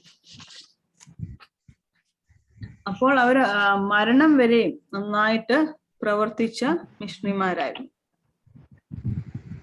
പ്രൊട്ടസ്റ്റന്റ് മിഷനും കാത്തലിക് മിഷനും തമ്മിലുള്ള വ്യത്യാസം എന്തായിരുന്നു?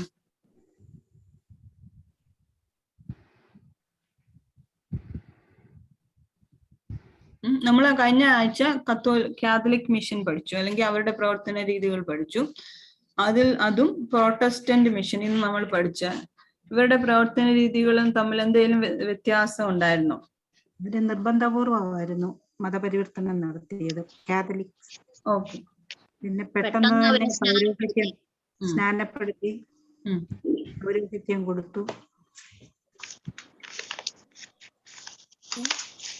അതിലൊക്കെ ഉപരിയായിട്ട് വേറെ ഒരു പ്രധാനപ്പെട്ട കാര്യമുണ്ട്. എന്തായിരിക്കും?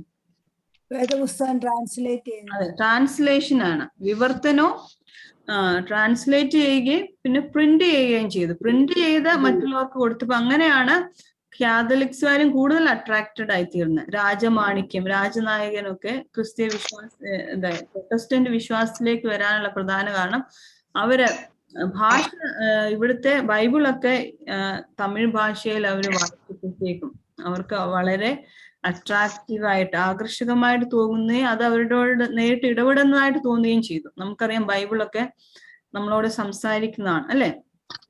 നമ്മൾ അങ്ങനെയാണ് സംസാരിക്കുന്നത്.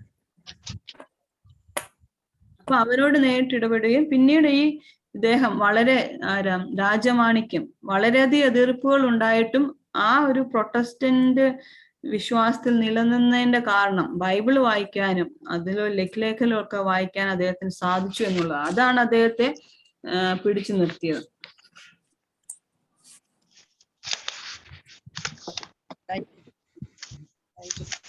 പിന്നെ ഇവിടുത്തെ ഭാഷയും സംസ്കാരവും പഠിച്ചു. അതൊക്കെ മറ്റ് രാജ്യങ്ങളിലേക്കും ട്രാൻസ്ലേഷൻ വഴി അവർ കൊടുത്തു. ഇവിടുത്തെ പ്രവർത്തനങ്ങളും ഇവിടുത്തെ ഹിന്ദുക്കളുടെ അവരുടെ വിശ്വാസങ്ങളും തത്വചിന്തകളും ഒക്കെ അത് പ്രൊട്ടസ്റ്റന്റ് മിഷണന്മാർ ചെയ്ത ഒരു കാര്യമായിരുന്നു.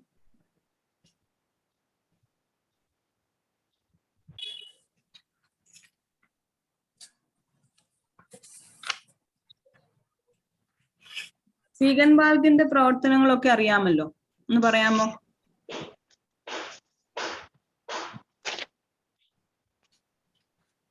സീഗൻബാർഗ് എന്തൊക്കെ ചെയ്തു? അദ്ദേഹം വന്ന 8 മാസത്തിന് ശേഷം തന്നെ തമിഴ് ഭാഷ നന്നായിട്ട് പഠിക്കുകയും അതിൽ കൂടി സംസാരിക്കുവാനും ജർമ്മൻസ് ഒക്കെ നൽകുവാൻ വളരെ പ്രാപ്തനായി തീർന്നു. പിന്നീട് 1 വർഷത്തിന് ശേഷം പുതിയ നിയമം വിവർത്തനം ചെയ്യാൻ ട്രാൻസ്ലേറ്റ് ചെയ്തു. പിന്നീട് ഉൽപ്പത്തി മുതൽ പഴയ രൂപ രൂപത്ത് വരെ വിവർത്തനം ചെയ്തു. ട്രാൻസ്ലേറ്റ് ചെയ്തു. നിയമം. പിന്നെ ഓർഫനേജ് ട്രാൻസ്ലേറ്റ് ചെയ്തു. ഓർഫനേജുകൾ കുട്ടികളെ സ്നാനപ്പെടുത്തി. സ്കൂൾസ് സ്ഥാപിച്ചു. ഏതൊക്കെ ഭാഷയിലുള്ള സ്കൂളുകൾ ഉണ്ടായിരുന്നു ഇവിടെ? പോർച്ചുഗീസ്, തമിഴ്, തമിഴ്, പോർച്ചുഗീസ്, പിന്നെ ഡാനിഷ് സ്കൂളും ഉണ്ടായിരുന്നതായിട്ടാണ് വായിച്ചിട്ടുള്ളത്. കാരണം ഈ ഡാനിഷ് ഈസ്റ്റ് ഇന്ത്യ കമ്പനിയിൽ അവരുടെ മക്കളെയൊക്കെ പഠിപ്പിക്കുന്നതിനും ഉള്ള ഒരു ഡാനിഷ് സ്കൂൾ ഉണ്ടായിരുന്നു. അങ്ങനെ 3 സ്കൂളുകളായിരുന്നു പ്രധാനമായിട്ടുണ്ടായിരുന്നത്.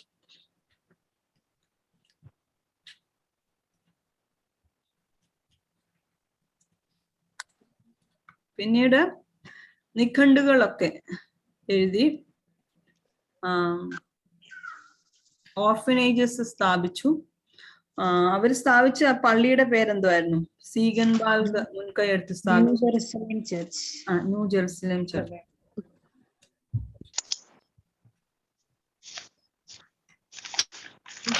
ഇവിടെ വന്നപ്പോൾ ഡാനിഷ് ഈസ്റ്റ് ഇന്ത്യ കമ്പനിയുടെ ഭാഗമായിട്ട് തന്നെയാണ് അവരിവിടെ വന്ന്. അവർക്ക് എതിർപ്പുകൾ നേരിടേണ്ടതായിട്ട് വന്നിരുന്നുവോ? ഏതെല്ലാം തരത്തിലുള്ള എതിർപ്പുകളായിരുന്നു ഉണ്ടായിരുന്നത്? ഹാസ്റ്റിയസ് എന്ന് പറയുന്ന കമാൻഡന്റ് എതിർപ്പായിരുന്നു, സഹകരിച്ചില്ല. പിന്നീട് അതിനുശേഷം നേരിടേണ്ടി വന്ന വലിയ പ്രതിസന്ധി ഏതായിരുന്നു? സാമ്പത്തിക സഹായം നിർത്തിയത്. അതെ, മിഷൻ ബോർഡ് അല്ലെ? മിഷൻ ബോർഡിന്റെ ചുമതല വഹിച്ചിരുന്ന സെക്രട്ടറിയാണ് വെൻഡറ്റുമായിട്ടുള്ള അഭിപ്രായ വ്യത്യാസം.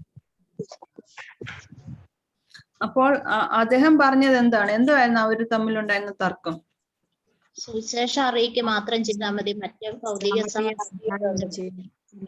ചെയ്യണ്ട എന്നുള്ള. അതിനകത്ത് നിങ്ങളുടെ അഭിപ്രായം എന്താണ്? തീർച്ചയായും സാമ്പത്തിക സഹായവും വേണം, എങ്കിൽ മാത്രമേ മതം പഠിപ്പിക്കാൻ സാധിക്കുള്ളൂ.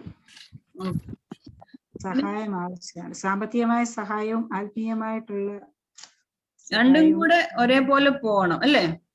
അതെ. വിശക്കുന്നവന് അപ്പം കൊടുക്കുക, സുവിശേഷം പറഞ്ഞിട്ട് കാര്യമില്ല എന്ന് പറയും. ഏതാ?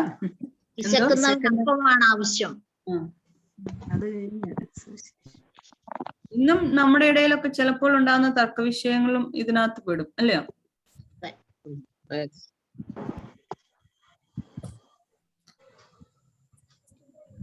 പിന്നീട് 3ാമത് വന്ന മിഷണറി ആരായിരുന്നു? ഷൂൾസ് ചെയ്ത കാര്യം എന്താ?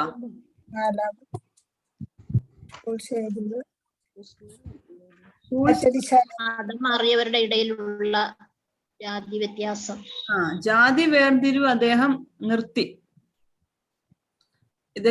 പക്ഷെ അതിനൊരു അക്സെപ്റ്റൻസ്, സ്വീകാര്യത ലഭിച്ചില്ല. കാരണം നൂറ്റാണ്ടുകളായിട്ട് ഇവിടെ തുടർന്നു വന്നിരുന്ന അതിനെ ചേഞ്ച് ചെയ്യാൻ വന്നപ്പോ അത് വളരെ പ്രയാസമായിരുന്നു.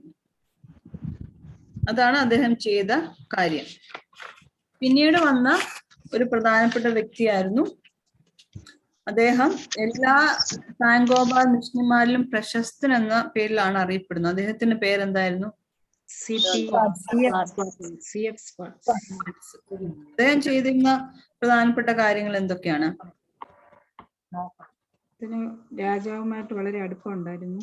അദ്ദേഹം അനാഥാലയം പള്ളിയും ഒക്കെ പണിതു. പക്ഷെ കൂടുതൽ പൊതുപ്രവർത്തനമായിരുന്നു. രാജാവിനും ഇന്ത്യ കമ്പനിക്കും ഇവിടെയുള്ള ജനങ്ങൾക്ക് ഇടയിലൊക്കെ ഒരു മധ്യസ്ഥനായിട്ട് വർത്തിച്ച വ്യക്തിയായിരുന്നു. പ്രസംഗ പര്യടനം തന്നെ നടത്തി.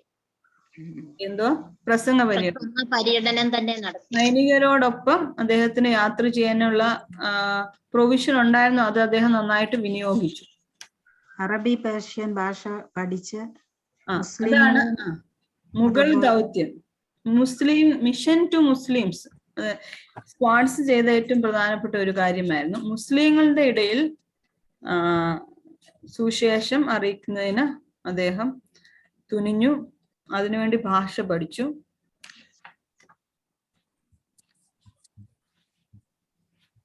തന്റെ ഇത്ര അധിക ചുമതലകൾ, ഔദ്യോഗിക ചുമതലകൾ ഉണ്ടായിരുന്നിട്ടും അദ്ദേഹം ഒരു സുശേഷകനും പാസ്റ്ററുമാണെന്നുള്ള കാര്യം ഒരിക്കലും മറന്നില്ല. പിന്നെ തനിക്ക് ലഭിക്കുന്ന ശമ്പളത്തിൽ നിന്നും ധാരാളം മിഷൻ പ്രവർത്തനങ്ങൾക്കും അതുപോലെ ചാരിറ്റി പ്രവർത്തനത്തിനും അദ്ദേഹം നൽകി.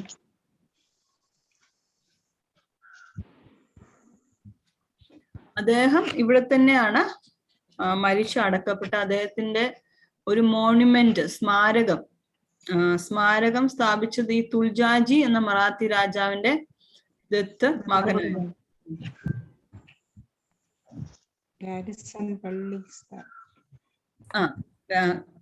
അദ്ദേഹം മുൻകൂട്ടി കാര്യങ്ങളൊക്കെ അറിഞ്ഞിരുന്നു.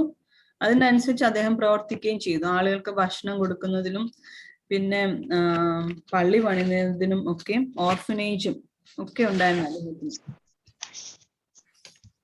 പിന്നെ ഇവര് ചെയ്ത ഒരു പ്രധാനപ്പെട്ട കാര്യം, ആദ്യമേ അവരെ ട്രാങ്കോബാറിലേക്കാണ് അയക്കപ്പെട്ടത്. എങ്കിലും അവിടെയുള്ള പ്രവർത്തനം കുറച്ചു കഴിഞ്ഞപ്പോൾ അവർക്ക് മനസ്സിലായി, ഞങ്ങൾ ഇവിടെ തന്നെ നിന്നാ പോരാ, മറ്റു സ്ഥലങ്ങളിലേക്കും പ്രവർത്തനങ്ങൾ വ്യാപിക്കണം. അങ്ങനെ തഞ്ചാവൂർ, മറ്റുള്ള ഓരോ സ്ഥലങ്ങളിലേക്കും വ്യാപിച്ചു. മദ്രാസ് വരെ എത്തി. മദ്രാസിൽ ഇവരെ ഇംഗ്ലീഷ് മിഷന്റെ ഭാഗമായിട്ടാണ് അറിയപ്പെട്ടത്. കാരണം എന്താ? ഇംഗ്ലീഷ് മിഷന്റെ സാമ്പത്തിക സഹായം നൽകിയിരുന്നത് ആംഗ്ലിക്കൻ ആയിരുന്നു.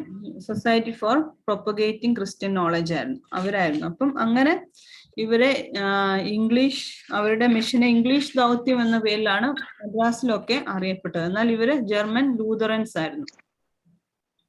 അവര് തമ്മിൽ ഒരു പ്രശ്നവും ഉണ്ടായിട്ടില്ല എന്നുള്ളത് എടുത്തു പറയുന്ന ഒരു കാര്യമാണ്.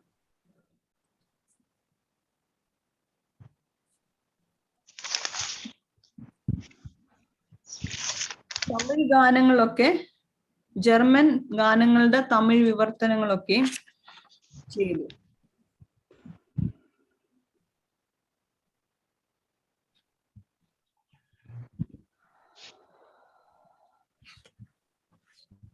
ഇതൊക്കെയാണ് പ്രധാനപ്പെട്ട കാര്യങ്ങൾ. ഈ സ്ക്വാഡ്സിനെ SPCK-യുടെ ഒരു ആംഗ്ലിക്കൻ ചാപ്ലിനായിട്ട് തന്നെ തുടരണമെന്ന് അഭിപ്രായപ്പെടുക. അദ്ദേഹം അതിന് സ്വീകരിക്കുകയൊക്കെ ചെയ്തതായിട്ട് നമ്മൾ പഠിച്ചു. അങ്ങനെയാണ് അദ്ദേഹം സൈനികരുടെ ഒരു ചാപ്ലിൻ മാറിയത്. ആ പ്രവർത്തനത്തിൽ അദ്ദേഹം നന്നായിട്ട് സുവിശേഷം പ്രചരിപ്പിക്കുന്നതിന് ഇടയായിത്തീർന്നു. അങ്ങനെ പ്രൊട്ടസ്റ്റന്റ് മിഷൻ ആരംഭമാണ് നമ്മൾ മനസ്സിലാക്കിയത്. ഇനിയും അടുത്തത് വില്യം കേറിയെ സംബന്ധിച്ചുള്ളതാണ്. അസൈൻമെന്റ്സ് കുറെ ലഭിച്ചിട്ടുണ്ട്. നാളെയാണ് നൽകേണ്ട അവസാന തീയതി. വില്യം കേറിയുടെ മിഷനെ പറ്റി ഞാൻ ഒരു അല്പം സംസാരിക്കാം. കാരണം ഇനി നമുക്ക് 2 ആഴ്ച കഴിഞ്ഞ് ക്രിസ്മസ് വെക്കേഷൻ ഒക്കെ കഴിഞ്ഞിട്ടേ ഉള്ളൂ ഇനി ക്ലാസ്. പിന്നെ തുടരുന്ന CMS മിഷൻ വെച്ചാണ് ഇനിയും അടുത്തത് തുടങ്ങുന്നത്. അപ്പം നിങ്ങളൊക്കെ വായിക്കുകയും മനസ്സിലാക്കുകയും ചെയ്ത പോലെ വില്യം കേറി ഒരു ഏത് മിഷന്റെ ഭാഗമായിട്ടായിരുന്നു ഇന്ത്യയിൽ വന്നത്? ഇംഗ്ലീഷ് ബാപ്റ്റിസ്റ്റ് മിഷണറി ആയിരുന്നു.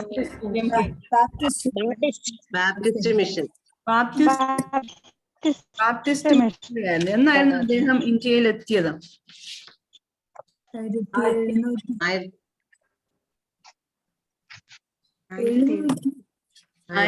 എഴുന്നൂറ്റി 1793 ഈ ഡച്ചുകാര് ഈ പ്രൊട്ടസ്റ്റന്റ് ഡാനിഷ് ഹാലെ മിഷൻ 1846 അത് അവസാനിച്ചു, ഒഫീഷ്യലായിട്ട് അവസാനിച്ചത്. 1893 വില്യം കേറി ഭാരതത്തിൽ എവിടെയാണ് വന്നത്? കൽക്കട്ടയിലാണ് അദ്ദേഹം. അപ്പം അന്നേരം ഈസ്റ്റ് ഇന്ത്യ കമ്പനിയുടെ ഭാഗമായിട്ടായിരുന്നു വന്നത്. എങ്കിലും ഇവിടെ വന്നപ്പോൾ അവരും ഇതുപോലെ ഡാനിഷ് ഡച്ച് കമ്പനിയെ പോലെ തന്നെ ഇംഗ്ലീഷ് ഈസ്റ്റ് ഇന്ത്യ കമ്പനി ഇദ്ദേഹത്തെ സ്വീകരിച്ചില്ല. അത് കാരണം അദ്ദേഹത്തിന് സെറാംപൂരിലേക്ക്, കൽക്കട്ടയിൽ വന്ന് ഇറങ്ങിയെങ്കിലും സെറാംപൂരിലേക്ക് പോകേണ്ടതായിട്ട് വന്നു. അവിടെ അദ്ദേഹം ഇതുപോലെ ഡാനിഷ് കോളനിയിലായിരുന്നു താമസിച്ചിരുന്നത്. വില്യം കേറി ഒരു പുസ്തകം എഴുതിയായിരുന്നു, അതിന്റെ പേര് പറയാമോ? ഇന്ത്യയിൽ വെച്ചല്ല, ഇംഗ്ലണ്ടിൽ വെച്ച്.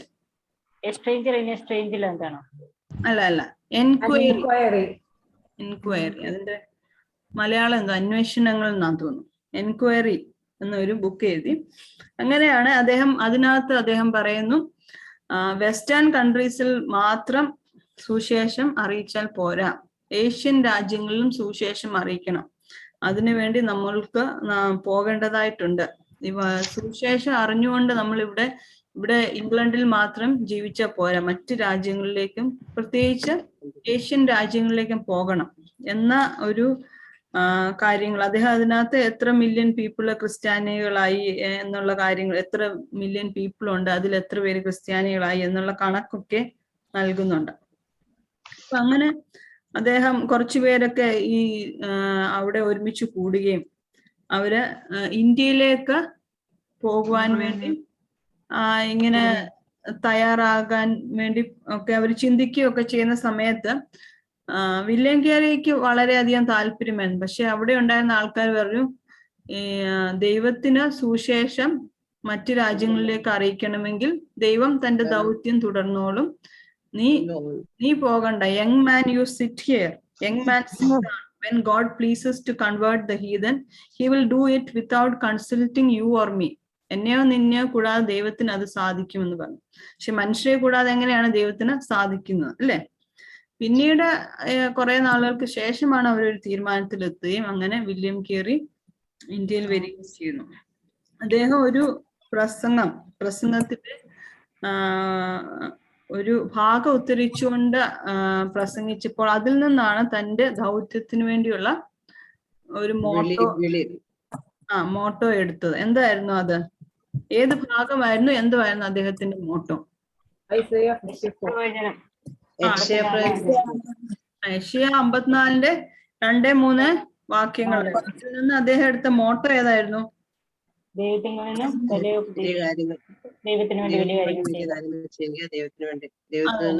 Expect great things from God and attempt great things for God. അങ്ങനെ അദ്ദേഹം ഇന്ത്യയിലെത്തി. 1793 ഇന്ത്യയിലെത്തി. അദ്ദേഹം സെറാംപൂരിലായിരുന്നു അദ്ദേഹത്തിന് താമസിച്ചത്. അവിടെ പ്രവർത്തനങ്ങളൊക്കെ ചെയ്തു. എന്തൊക്കെ കാര്യങ്ങളായിരുന്നു വില്യം കേറി ചെയ്തത്? അദ്ദേഹത്തിന്റെ കോൺട്രിബ്യൂഷൻസ് എന്തൊക്കെയായിരുന്നു? Translation work. അതെ, ഏകദേശം 34 ഭാഷകളിലേക്ക് അദ്ദേഹം ബൈബിൾ ട്രാൻസ്ലേറ്റ് ചെയ്തു. ഓൾ ടുഗദർ ബൈബിൾ മുഴുവനും 5 ഭാഷയിലേക്ക് ട്രാൻസ്ലേറ്റ് ചെയ്തു. പുതിയ നിയമം 18 ഭാഷയിലേക്ക് ട്രാൻസ്ലേറ്റ് ചെയ്തു. പുതിയ നിയമത്തിലെ ബൈബിളിലെ ചില ഭാഗങ്ങളൊക്കെ 16 ലാംഗ്വേജിലോട്ട് ട്രാൻസ്ലേറ്റ് ചെയ്തു. അങ്ങനെ ആകെ 34 ലാംഗ്വേജിൽ അദ്ദേഹം ബൈബിൾ ഭാഗികമായിട്ടോ മുഴുവനായിട്ടോ ട്രാൻസ്ലേറ്റ് ചെയ്തു. അപ്പം ട്രാൻസ്ലേഷൻ ആയിരുന്നു ഒരു കാര്യം. പിന്നീട് എന്തുവായിരുന്നു? Social reforms. അതിനകത്ത് സതി ഉണ്ടായിരുന്നു, വിഡോ ബേണിംഗ് ഉണ്ടായിരുന്നു, ഉണ്ടായിരുന്നു, ഇൻഫന്റിസൈഡ് ശിശുഹത്യ ഉണ്ടായിരുന്നു. ഇതെല്ലാം അദ്ദേഹം നിർത്തൽ ചെയ്തു, അല്ലെ? അന്നത്തെ സാമൂഹ്യ തിന്മകൾക്കെതിരായിട്ട് അദ്ദേഹം പോരാടി ഇതെല്ലാം നിർത്തൽ ചെയ്തു. പിന്നീട് ചെയ്ത കാര്യം എന്തായിരുന്നു അദ്ദേഹത്തിന്റെ കോൺട്രിബ്യൂഷൻസ്? എഡ്യൂക്കേഷൻ, കോളേജ് സ്ഥാപിച്ചു. അതെ. സെറാംപൂർ ട്രയോ എന്ന പേരിൽ അറിയപ്പെടുന്ന 3 വ്യക്തികളുണ്ട്. അവരാരൊക്കെയാ?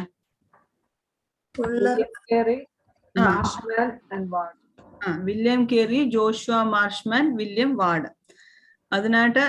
അതിൽ വില്യം കേറി ഈ സുവിശേഷ പ്രവർത്തനങ്ങളും അതുപോലെ സോഷ്യൽ റിഫോംസ് ഒക്കെ ഇതിൽ മുൻകൈ എടുത്തു. ജോഷുവ മാർഷ്മാൻ എന്തായിരുന്നു ചെയ്തേ? വിദ്യാഭ്യാസം സ്കൂൾസും ഒക്കെ സ്ഥാപിക്കുകയായിരുന്നു. ഈ ജോഷുവ മാർഷ്മാന്റെ ഭാര്യ ഹന്ന മാർഷ്മാനും അതേപോലെ തന്നെ അവരാണ് ഗേൾസ് സ്കൂൾസ് ഒക്കെ അന്ന് സ്ഥാപിച്ചത്. 1800 ഗേൾസ് കൽക്കട്ടയിൽ സ്ഥാപിച്ച അവരായിരുന്നു. പിന്നെ വില്യം വാർഡ് എന്തിന്റെ ചുമതല വഹിച്ചു? പ്രിന്റിങ്ങിന്റെ ചുമതല വഹിച്ചു. ആരൊക്കെയായിരുന്നു ക്രിസ്തു മതാനുഭാവികളായി തീർന്ന് വില്യം കേറിയുടെ സമയത്ത്? കൺവേർട്സ്. കൃഷ്ണപാൽ. ആദ്യമേ രാം ബസു എന്നൊരു മനുഷ്യനായിരുന്നു. പക്ഷെ അദ്ദേഹം ആ വിശ്വാസത്തിൽ നിന്നില്ല. അതിനുശേഷം ആദ്യമായിട്ട് സ്നാനപ്പെട്ടത് കൃഷ്ണപാൽ എന്ന വ്യക്തിയായിരുന്നു. അതിനുശേഷം അദ്ദേഹത്തിന്റെ ഭാര്യയും സിസ്റ്റർ ഇൻ ലോയും സ്നാനപ്പെട്ടു. പിന്നീട് സ്നാനപ്പെട്ടത് കൃഷ്ണപ്രസാദ്. അദ്ദേഹം ഒരു ബ്രാഹ്മണായിരുന്നു. കൃഷ്ണപ്രസാദ്. വില്യം കേറി അതിനുശേഷം ഒരു ഫസ്റ്റ് ഇന്ത്യൻ ക്രിസ്ത്യൻ മാരേജ് നടത്തിയത് ഈ കൃഷ്ണപ്രസാദും കൃഷ്ണപാലിന്റെ മകളും തമ്മിലുള്ള വിവാഹമായിരുന്നു. ആദ്യത്തെ ക്രിസ്ത്യൻ മാരേജ് നടത്തപ്പെട്ടത് അങ്ങനെയായിരുന്നു. പിന്നീട് വേറൊരു വ്യക്തിയായിരുന്നു നരാപോത് സിംഗ് എന്നായിരുന്നു അദ്ദേഹത്തിന്റെ പേര്. അദ്ദേഹം സിംഗ് എന്നുള്ള പേര് മാറ്റി ക്രിസ്ത്യൻ എന്നുള്ള പേരായി നരാപോട്ട് ക്രിസ്ത്യൻ എന്ന് ആയിത്തീർന്നു. പിന്നീട് ഗോകുൽ ഇങ്ങനെ ആദ്യത്തെ കൺവേർട്സ് ഇവരൊക്കെ ആയിരുന്നു. കൃഷ്ണപാല്, കൃഷ്ണപ്രസാദ്, നരാപോത് സിംഗ്, ഗോകുല ഇവരൊക്കെയായിരുന്നു ആദ്യമായിട്ട് ക്രിസ്ത്യാനികളായിത്തീർന്നു.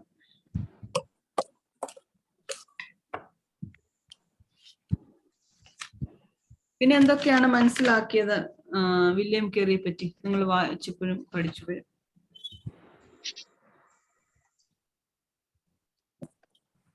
കോളേജിൽ പഠിപ്പിച്ചുകൊണ്ടിരുന്നപ്പോഴാണ് വൈദിക വിദ്യാർത്ഥികളെ വാർത്തെടുക്കാനായിട്ട് കോളേജ് തുടങ്ങാനായിട്ട് സെറാംപൂർ കോളേജ് സ്ഥാപിക്കുന്നതിന് മുൻകൈ എടുത്തു. ഉന്നത വിദ്യാഭ്യാസത്തിന് വേണ്ടി കോളേജ് സ്ഥാപിച്ചു.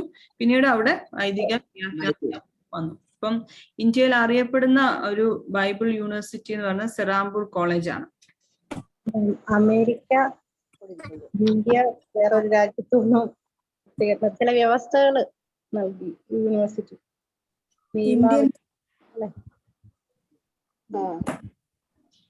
മനസ്സിലായില്ല.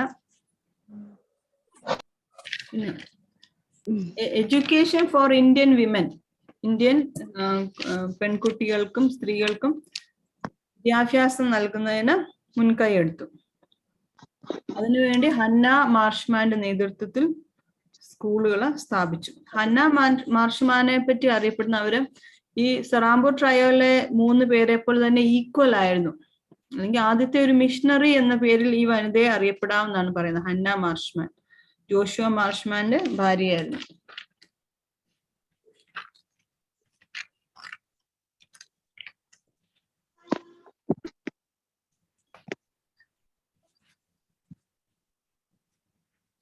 ഈ കാര്യങ്ങളൊക്കെയാണ്. പിന്നെ ക്വസ്റ്റ്യൻ ചോദിച്ചേക്കുന്നത് William Carey is known as the father of modern mission. അല്ലെ, സാധൂകരിക്കുക എന്നുള്ളതാണ്. ഇന്ത്യൻ മിഷന്റെ പിതാവായിട്ട് വില്യം കേറി അറിയപ്പെടുന്നു. അതിന്റെ കാരണങ്ങൾ എന്തൊക്കെയാണ് എന്ന് എഴുതിയാൽ മതി.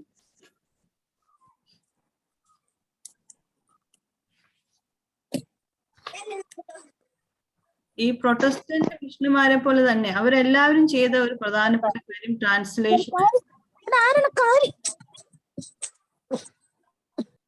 ട്രാൻസ്ലേഷൻ ആയിരുന്നു. എല്ലാവരും ചെയ്ത പ്രധാനപ്പെട്ട ഒരു കാര്യം.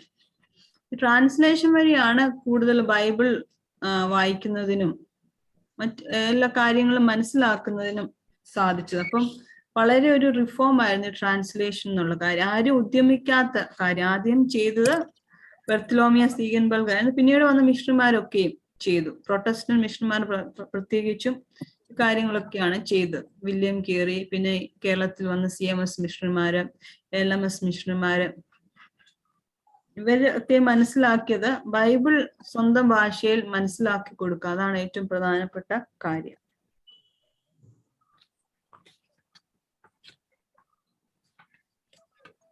വില്യം കേറി ചെയ്ത സോഷ്യൽ റിഫോംസ് ഒക്കെ ഇതുവരെ ആരും ചെയ്യാത്ത ഒരു വിദേശിക്ക് ഇവിടെ വന്ന് ചെയ്യാൻ വളരെ പ്രയാസമുള്ള കാര്യമായിരുന്നു. എങ്കിലും അദ്ദേഹത്തിന് ഈ കാര്യങ്ങളൊക്കെയും ചെയ്യുവാൻ സാധിച്ചു എന്നുള്ളതാണ് വില്യം കേറിയെ സംബന്ധിച്ചിടത്തോളം എടുത്തു പറയത്തക്ക കാര്യം.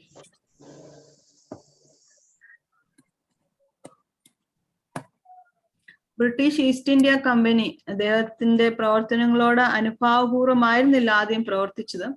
പിന്നീട് ഇദ്ദേഹം പെട്ടെന്ന് ബംഗാളി ഭാഷ പഠിച്ചത് കാരണം സെറാംപൂർ യൂണിവേഴ്സിറ്റി തന്നെ ബംഗാളി ടീച്ചറായിട്ട്, പ്രൊഫസറായിട്ട് നിയോഗിക്കുകയും അതാണ് പിന്നീട് അദ്ദേഹത്തിന്റെ ലൈഫ് ചേഞ്ച് ചെയ്ത്. ട്രാൻസ്ലേറ്റ് ചെയ്യുന്ന ന്യൂസ് പേപ്പറുകള്, മാഗസിൻസ് ഒക്കെ ബംഗാളി ഭാഷയിൽ എഴുതുന്നതിനും പല കാര്യങ്ങളും, പ്രത്യേകിച്ച് ഈ സതിയൊക്കെ നിർത്തലാക്കിയ വിവരങ്ങൾ ഇദ്ദേഹത്തിന് എന്തെങ്കിലും തീരുമാനങ്ങൾ എടുത്താൽ ട്രാൻസ്ലേറ്റ് ചെയ്യാനുള്ള ചുമതല കൊടുത്തു. അങ്ങനെ സതിയൊക്കെ നിർത്തലാക്കി എന്നുള്ള ഉത്തരവ് ഇദ്ദേഹമാണ് ട്രാൻസ്ലേറ്റ് ചെയ്ത് പത്രങ്ങളിലൊക്കെ പ്രസിദ്ധീകരിക്കാൻ കൊടുത്തത്. അപ്പൊ അതിനെപ്പറ്റി പറയുന്നത് അതൊരു ഞായറാഴ്ച ദിവസമായിരുന്നു. ഇദ്ദേഹത്തിന് പള്ളിയിൽ പോകാൻ സമയമായെങ്കിൽ അദ്ദേഹം പറഞ്ഞു, ഇന്ന് ഞാൻ ഇത് ട്രാൻസ്ലേറ്റ് ചെയ്ത് കൊടുത്തില്ല എങ്കിൽ അനേകം പെൺകുട്ടികളുടെ ജീവനായിരിക്കും നഷ്ടപ്പെടുന്നു. അത് കാരണം എനിക്ക് ഏറ്റവും പ്രധാനം ഇന്ന് പള്ളി പോയില്ലെങ്കിലും ശരി, ഈ ഒരു വിവരം ഞാൻ മറ്റുള്ളവരെ അറിയിക്കുക എന്നുള്ളതാണ് എന്റെ ഏറ്റവും പ്രധാനപ്പെട്ട കാര്യം. എല്ലാ പത്രങ്ങൾക്കും ഈ ട്രാൻസ്ലേറ്റ് ചെയ്ത് ഈ വാർത്ത കൊടുത്ത കാര്യങ്ങളൊക്കെ നമ്മൾ വായിക്കുന്നു.